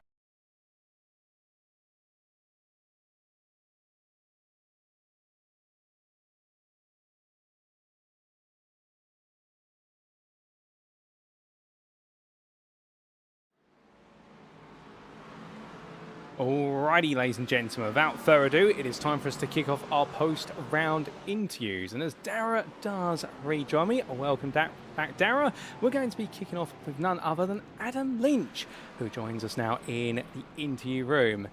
Adam, good evening to you. It was a race today where it could have all been sealed and done by the end of it, but it all came undone at turn number 1. What happened? Just followed the car in front of me, and he went off the track, and I put the throttle down as my left wheels touched the grass and spun, taking out Jack, and I think another car as well, which not the proudest moment, but I mean, my pace was strong, quality was good, so definitely some positive to take from it, but you know, the negatives have to come as well, so. Oh, indeed. Yeah. I mean, it's a challenging moment for yourself, but there's always positives. I mean, it's irony, shall we say, that you would be involved in an incident which you perhaps trigger off and it would collect your main championship rival. I get that's perhaps why it makes it feel even worse, because it's the man who you're trying to beat in the championship. Yeah, I honestly, when it happened, I was sat in a call with him as well, and it just fell silent. I just knew after that, I was just like, oh, what? It just, it wasn't great at all. Well, obviously, that's a bit of a down on the day, but let's wind it back to a bit more of a positive. Let's talk about that pole lap. A good pole position in the end by a couple of attempts versus Jack Giles, but the two of you early on in the session were incredibly close together. Was there quite a bit of pressure in the qualifying session for yourself? I knew I had the pace over him. I just had to find it, and eventually I did. I think he had an 18.0 as well in him. I think I could have maybe got 2 tenths, but I think the temps went up at the end of the session, and it kind of obviously made the lap slower. So I don't think any of us could really improve. I think there was one lap where I was a tenth up with a few minutes to go, but yeah, happy with the pole. I think it's my 6th of the season. I could be wrong though. Well, indeed, a very impressive pole position. And when we did go green flag racing, of course, it went wrong at the start, but you went back to the pits, and as we do see both yourself and Jack Giles parts in the pit lane awaiting repairs. What was interesting was, yes, it had happened, but then the two of you went battling for the remainder of the race, albeit a lap down on the field, but it's almost as if you were destined to race each other today. Yeah, I think I came out the pits 25 seconds behind him, and I could just see the gaps coming down every lap. And I think by the pit stops, it got to about 5 seconds, and then I pitted, and just managed to come out right behind him and get the overtake when he made a mistake, switched back onto the straight, and then he went straight on at the chicane in the lap, and yeah, it was pretty nice overtake. We'll obviously be extra careful whilst making it, because I don't want to do the same thing twice. But one of my good overtakes that I've made this season. I think put a bit of light on the darkness of what happened earlier. So yeah, quite happy with the overtake. Oh, most definitely. There's always some light to be found, no matter how dark a day you may have had. And to be fair, I'm glad we can discover some of that light together, talking about that overtake. And Road Atlanta in general, a circuit which I think when we caught up with you earlier on this season, you were talking about the fact you were excited for the circuit, and the lap times were definitely there for yourself. Did you have any interesting moments whereby you had perhaps lead cars coming up behind you, and you saw the blue flags and thought, well, I don't want to let them go because I've got the pace to match them, or even go quicker than them? Yeah, I think there was a few at the end where I was matching them, but obviously Corey was in a world of his own today, so there was no way I was defending against him, or not defending, but like not letting him overtake me. I think the same with Milton as well, and I can't remember who was second, but second as well. And but I think after that it was kind of I was similar pace. I think I kept a similar pace throughout the race.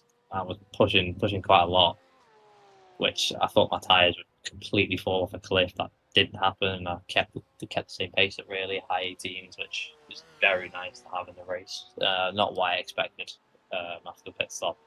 Thought my tyres, as soon as I overtook Giles, were just going to fall off a cliff and get me back again, but it didn't happen. And think I pulled an 11-second gap at the end as well too. Well, indeed, pulled quite a comfortable gap towards the very end, and at the very end of the race, finishing 6th in the club class. Now, of course, we do need to talk a little bit more about the championship.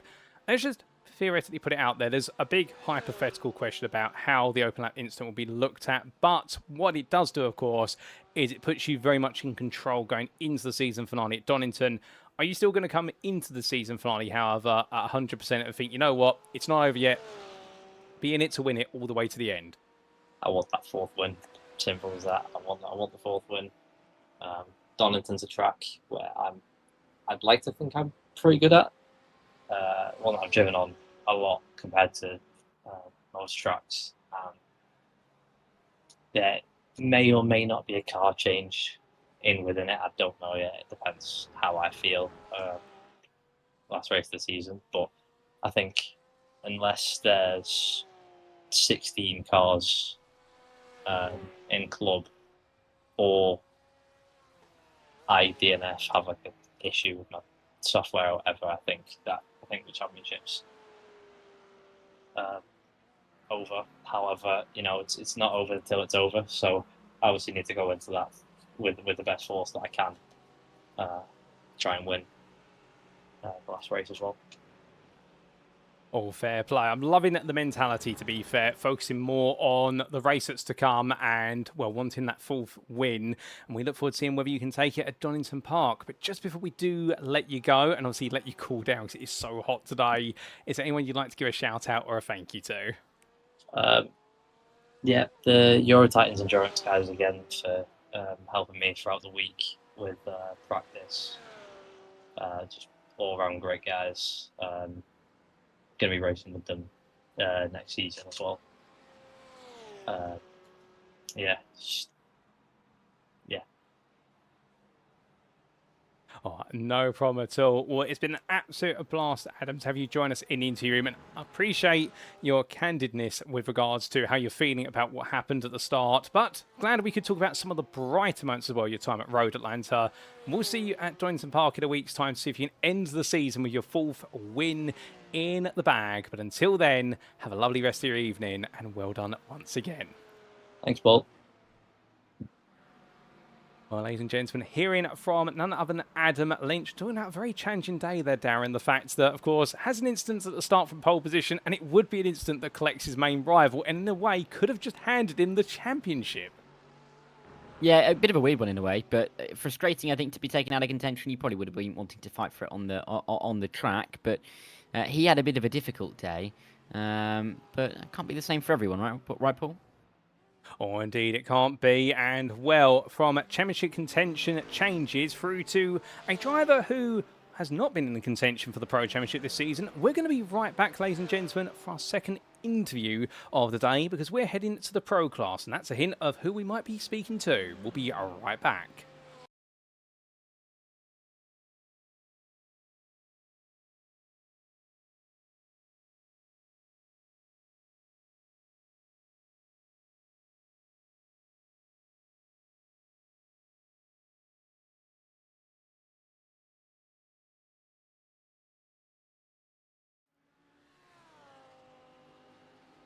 Right, well, we're back, and we're going to be, thankfully, speaking to the man who was faster than everybody else on the circuit, Corey Price. P1 in qualifying, P1 in the race. Welcome in, Corey. I mean, it all started in qualifying, didn't it? This is a circuit that, I mean, you'll know really well. Where did you feel like the margins really went your way in that qualifying session? Oh, I don't know where to start, really. Well, I've done 3,600 laps. Oh, 1 second. Sorry, 1 second. Well, you're good. It is a circuit, of course, that a lot of people do a lot of laps around. Petit Le Mans, of course, around here later on in the year. It's a circuit that is known well in a GT3 car, so I think a lot of drivers will have had a lot of experience around a circuit like this. It's tight, it's technical. It's an interesting one to have to deal with, particularly late on in a season. You back with us, Corey?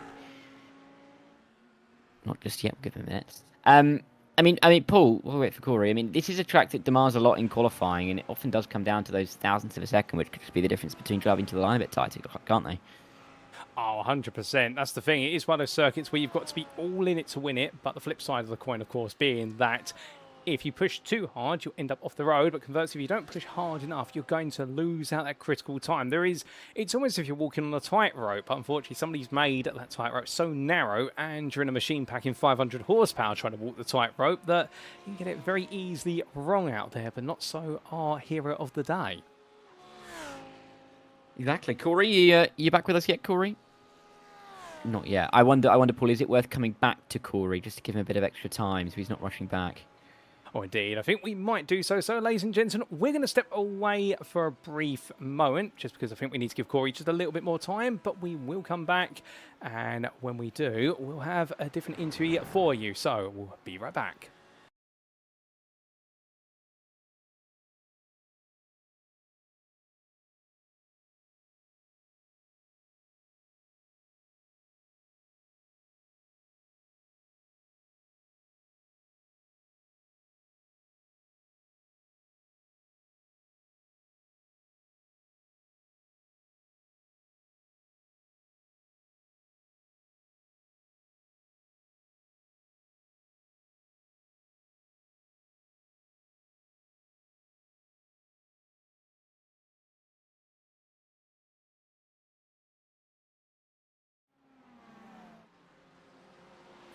Well, Corey is here with us now. Sorry, Corey. Thought we'd give you an extra minute or two. I mean, I asked about qualifying, but just generally, where are the points around this circuit where you felt you had the edge because you had such a good advantage in terms of pace today? First of all, the S section is very important around this track, and to nail it is very important. And obviously, I've done 3,600 laps just in a Lambo around this track, so I'm quite confident in the Lambo around here. So that's why I'm quite fast around here. Would you say? Yeah, I mean, off the race start, of course, you had P1 in qualifying. What was the goal at the start? Was it to run away in the manner that you did? I mean, I'm sure it would have been, but did you almost expect to be able to gap the others in the way that you did so quickly? Well, obviously, that one, it's carnage. So obviously, I was first and ran away. Oh. Corey, second again. It's a track that does demand a lot, doesn't it? Off the start, and with that opening sector, it's quite tight and technical, and so not the easiest one for drivers to have to manage off the start. Oh, there you go. There we are. Thought I'd give you the second. But yeah, I mean, going through the race, I mean, what was the thought process? Because you obviously had that gap. I mean, were you at all worried, or was it just about getting the pace done and just getting through the hour?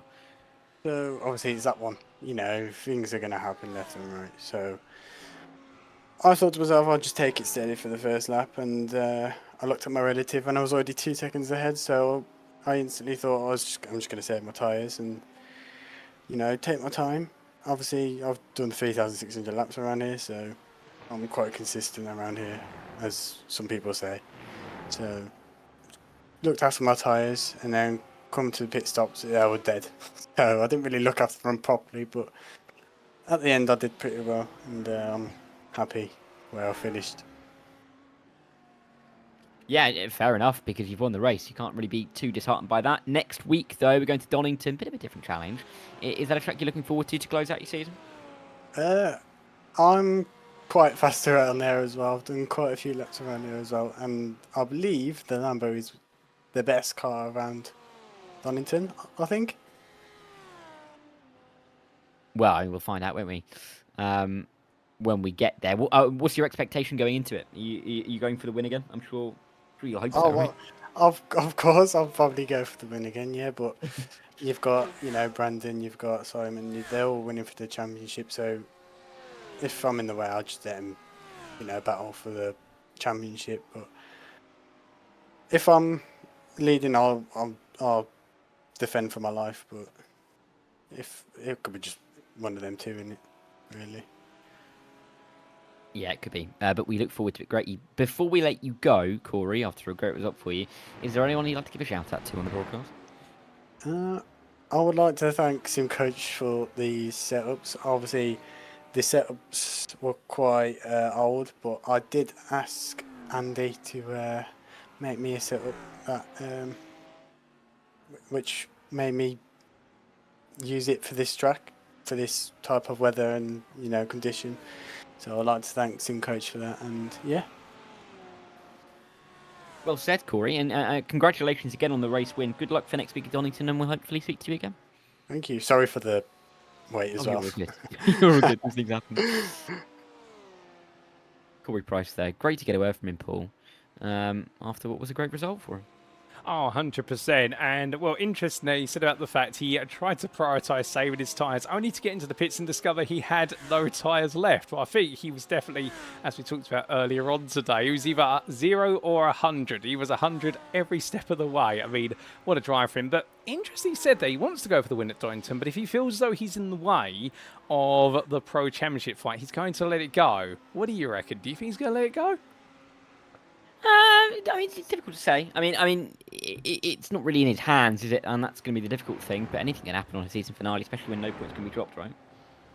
Oh, 100%. And, well, with that, that brings us very nicely to our next interview. And will you right that, ladies and gentlemen, for our third interview with one of our major names in the season finale. We're heading to the Interclass. We'll be right back.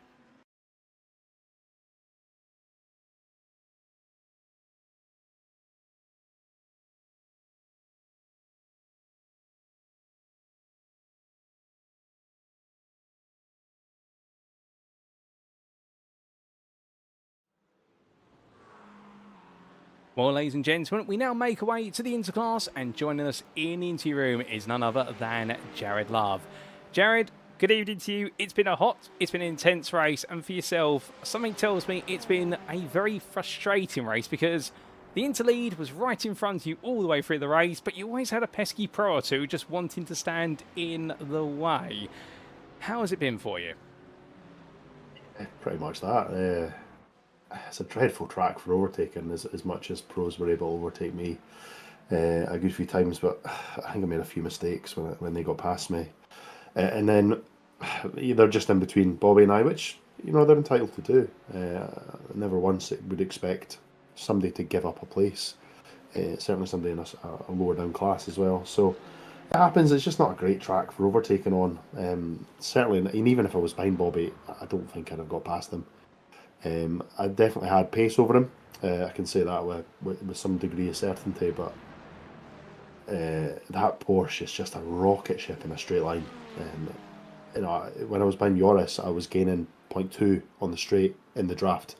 I wouldn't gain a single tenth for Bobby, just because the Porsche is so strong in a straight line, and realistically that is the only place to overtake, because the rest of the track's so narrow and there's not a lot of straights. And yeah, people like this track. I don't. I'm glad it's over with. Yeah. Now, to be fair, a circuit that you may not enjoy when racing, but in qualifying, we saw it was such a tight shootout for pole position in the Interclass between yourself and Bobby Moss, like we've seen in previous rounds. But in this one, it must have felt even sweeter to beat him by literally hundreds. Yeah, it's always good to get on pole. Again, I think I had more time. There was, again, such a narrow track. There was people coming out, maybe not on laps, but they would just slightly impede you, or they'd get in your sort of peripheral vision and you'd make a mistake, which is obviously no one's fault but my own. So again, I had more pace in qualifying. Obviously, I think I was still a tenth or two off of the next position anyway. So I don't know if I would have, I could say, I'd been in 5th or 6th or 7th, and that would have totally changed the outcome of the race. But I certainly had the pace to stick with those guys that finished in the top 5 in the race. There was times when I was, obviously not when I was right behind Joris and whatnot at the end, but when I was kind of a second or two behind them and they weren't impeding me at all, I was quicker than most people on the track. I've got like a wee overlay that shows me my last 3 laps relative to everyone else in terms of if it's green or red on them, and it was green on pretty much everyone. So the pace was there. It's just the race didn't come to me. The racing's more than just whoever's the fastest. Oh, indeed. A bit unfortunate there with the way the pace played out, despite what pace you did have. But one of the things we did notice was that you did everything you could to fuel save along the way as well, something that you and your Ferrari have been known for. But even when you did fuel save as well, it just wasn't enough. I mean, you threw everything at this to try and find a way to get ahead, whether it was off track, on track, or in the pit lane. I mean, at that point, you must have thought to yourself, you know what, second's got to be the best I can get today. Well, I should have jumped him in the pits. I did some fuel save, got the extra lap, had a really good in lap, overshot my pit box. So I had to reverse, which ended up having a 3 or 4 second longer pit stop, and he came out 2 seconds ahead of me. So I would have got the overcut on Bobby, and Jonas obviously got me in the pits. So yeah, that was frustrating because I realised pretty quickly on that first stint that I had the pace to get past in terms of pace, but couldn't actually get past. So if I could just sit behind somebody, save two free temps, just lifting coast, certainly in the big braking zones, we could get the extra lap, which worked, and then bottled it myself in the pits. So I annoyed at myself for that. Oh, it was unfortunate in the pit lane, but still, with the second place today, not the win you were looking for, but you finished directly behind your rival Bobby Moss, so it does mean going into the season finale, you still will hold quite a bit of sway at the head of the championship and all the points on the line at Donington Park. So still feeling confident? Yeah, I like Donington. British tracks are sort of my go-to. I like how on the nose you've got to be with them, because there's generally very little runoff. There's no lovely tarmac. If you go wide, it is, oh, you've went wide. Here's some gravel. So I like Donington. It's going to be difficult. I'm going to have to spend a bit of time getting a setup for it. I'm not normally too much. I don't do too much tweaking of my own. I normally use setups that are provided, but because I don't think it's ran in officials in a very long time, there won't be a setup. So I'll have to get a Tinkerman on to try and figure something out. Well, a lot of setup work needs to go into the season finale because, like you say, Donington not being part of the official series is one of those rounds we've chosen to substitute out to create a little bit more of an intense season finale. But we wish you all the best of your preparations at Donington Park. But just before we do let you go, is there anyone you'd like to give a mention or a shout out to? Just the boys at TDK. Again, tough race for Raz and Elliot. I think the way things have went, we've actually gained potentially in the team's championship, or certainly not lost too much to the team behind. I think they've had a bit of an issue amongst themselves. So hopefully come last race season we can secure that P2 in the team's championship, as well as I'm able to bring home the inter championship for myself. Or indeed, a lot on the line when you and the team go to Donington Park, and we wish you and the DDK racing crew all the best in those preparations. But Jared, it's been a pleasure to have you join me in Interview Room. Indeed, despite the fact you've had a frustrating day, and wish you all the best luck in letting those frustrations go and head to Donington Park with the best possible high in mind. But until then, have a great rest of your evening. Cheers, Paul. Have a good night. Well, Dyer, understandably, a bit of a frustrated Jared Love there, and, well, he is one of those drivers who wears his heart on his sleeve, but doing well to see the wider picture of things. Yep, and it's good, I think, for him to, still take the positives. Of course, P2 still a good result, points on the board for him. And I mean, it's been a good season for him, hasn't he? He's cruised up to this point, and we knew that all he really had to do was finish P2, and that's exactly what he's done today. Oh, indeed, a second place that it was all he needed, but of course the first place that was so close but not quite there. But as he mentioned, still plenty to do at Donington Park, and we're going in there with the thought process, which is get the win, not just for himself, but also to help his team out in the team's championship in securing that second place spot behind Glass Tech Racing. But of course, a lot of work's needing to go into that. But speaking of a bit more work that we need to do, ladies and gentlemen, we're going to step away for a brief moment, and we've got our final interviewee who has very patiently waited, and we're heading back to the club class for a man who definitely had it all on the line today. We'll be right back.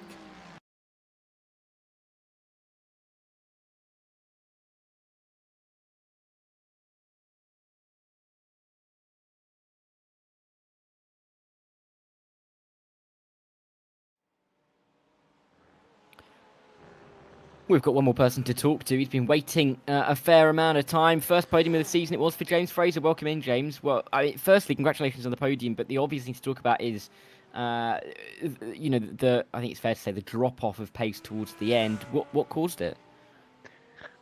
Well, I was just going as fast as I could throughout because everyone was gaining on me. I got lucky with retirements. And everyone was just constantly gaining on me. I'm thinking, I'm going as fast as I can. That's all I can do. And I'm looking, and everyone's gaining on me. And I had my brother race engineer it all the way. So I knew everything going on, everything I didn't need to know. He didn't tell me. And I was going as fast as I could. And normally I take tyres. And I've done it every race. And today I didn't. And yeah, that didn't go well. Yeah, so we talked about the... that. Yeah. Sorry, no, I was going to say, we talked about the fact that it could have been tyres. Is that what really kind of caught up at you at the end then? Is the kind of the drop-off in grip? Yeah, drop-off in grip. And I created it for myself, really, because I was just letting people by not as good as I normally do. And I made a little mistake, and then I made the tiny mistake, so I didn't even get to battle to keep it. That's what I'm gutted about. Still a good result for you though. P2's I'm right in saying season's best, aren't I? So definitely positives to take. I mean that pace you showed early on, you kind of kept yourself out of trouble. There's got to be bonuses that you can look forward to in not just next week but into future seasons from having that kind of pace. Oh, definitely. I'm one of them where if I can tag on the back of someone, I can take a bit of pace. I can learn a bit while I'm going, and then hopefully they're not too fast, and then just drive away. So in the practice, in the qualifying, I had nice people that weren't too fast, but then in the race, anyone who come past me were just gone. So I'm like, oh, no slipstream. I'm doing my best. And that's all you can do, though, isn't it? In the end, and you did that very well indeed. Yeah, just brilliant. a quick word on next week at Donington. Is that a track you're looking forward to driving at? Absolutely, love Donny. My second favourite. What's your Arguably my favourite? first. I love it. My favourite, the Nordschleife, of course. Oh well, you can't get much more difference between Germany and Nottinghamshire, can you? Yeah, we call it church in my house. Oh dear. Well, congratulations, James. Before we let you go, after a podium finish, is there anyone you'd like to give a shout out to? I know you mentioned your brother was engineering for you. Yeah, thanks to my brother, thanks to Rob, thanks to Dean, and thanks to my son. And well, good luck to everyone next week. Well done to Adam, and gonna be good next week, lads. Looking forward to it. Good stuff, James. Johnny. Yeah, exactly. It's going to be a track you like as well. That's exactly what you want. Congratulations, James. Good luck for next week, and hopefully we'll speak to you then. Cheers, dude. Thanks for having me in. Thanks, everyone. Bye. James Fraser there. Good to get a word from him after a good display from him. It wasn't to be in the end for the win, but a good podium all the same, Paul.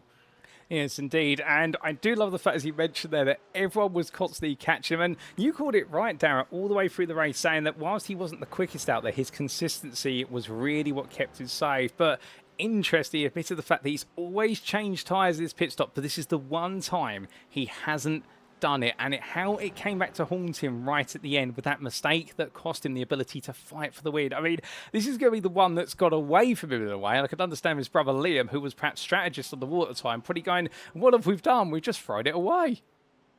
Yeah, I mean, it's unfortunate in the end, and he might regret it, but I think definitely positives to take. He wasn't necessarily fighting for the title, so I think focus will start on to next season, and it's a track he's looking forward to next week, which is exactly what you want to end the season. Oh, 100%. And, well, we've still got plenty to look forward to in that season finale. But with that, ladies and gents, that brings our interviews to a close. And let's give you a quick reminder of who we have spoken to this evening. And as we can see on screen, we've had 4 interviews, a whole mixture of drivers today. Great to get a word from everyone in each of the classes. We started off with Adam Lynch, the club class driver, had a lot of darkness on his day after what was a pole lap completely undermined by a spin at turn 1 that saw him collect his main championship rival, and by consequence, he may have just given himself, subject to stewards' inquiries, he may have actually just given himself the title crown, and club were around to spare. Well, how about that? It's probably the most unconventional way to win a championship, but we will see. And that's why we're not going to provisionally say he has got it yet. Meanwhile, we then came to Corey Price of the Pro class, our dominant winner, both in qualifying and also in the race. Although, to be fair, he was able to run away when everyone else was too busy fighting for second. And then we did come to the interclass. So DDK with RaceStatBot.com's Jared Love took it pole position in qualifying of the class, but finished second in a race that's all pinned back by pros. And then we did come to the club classes. James Fraser to wrap up almost that first win of the season, but his second podium, at least that second place, his best result. But nine today, he just slightly slipped on strategy when he needed those fresh tyres, but the team didn't put them on, and therefore he had to try and hold on, but it just wasn't enough. But big thank you to all 4 of them for their time in the interview room, and well done to all our drivers, and we look forward to some more interviews in our season finale. But as we now look to wrap up, well, of course, it has been another round of brilliant racing action here in the Thursday GT3 Championship. And if you're sat there right now, itching to get on the grid, and indeed, I think Darren and I would both love to get on the grid, but we've got balls and chains to our ankles here because we're not allowed to go racing. We cover the racing. Well, you've got plenty of racing on a weekly basis, including, of course, the Thursday GT3 Championship, which you've been tuning into, the Masters and Superstar splits as we come towards the end of Season 12, but sign-ups for Season 13 are very much going to be open very soon.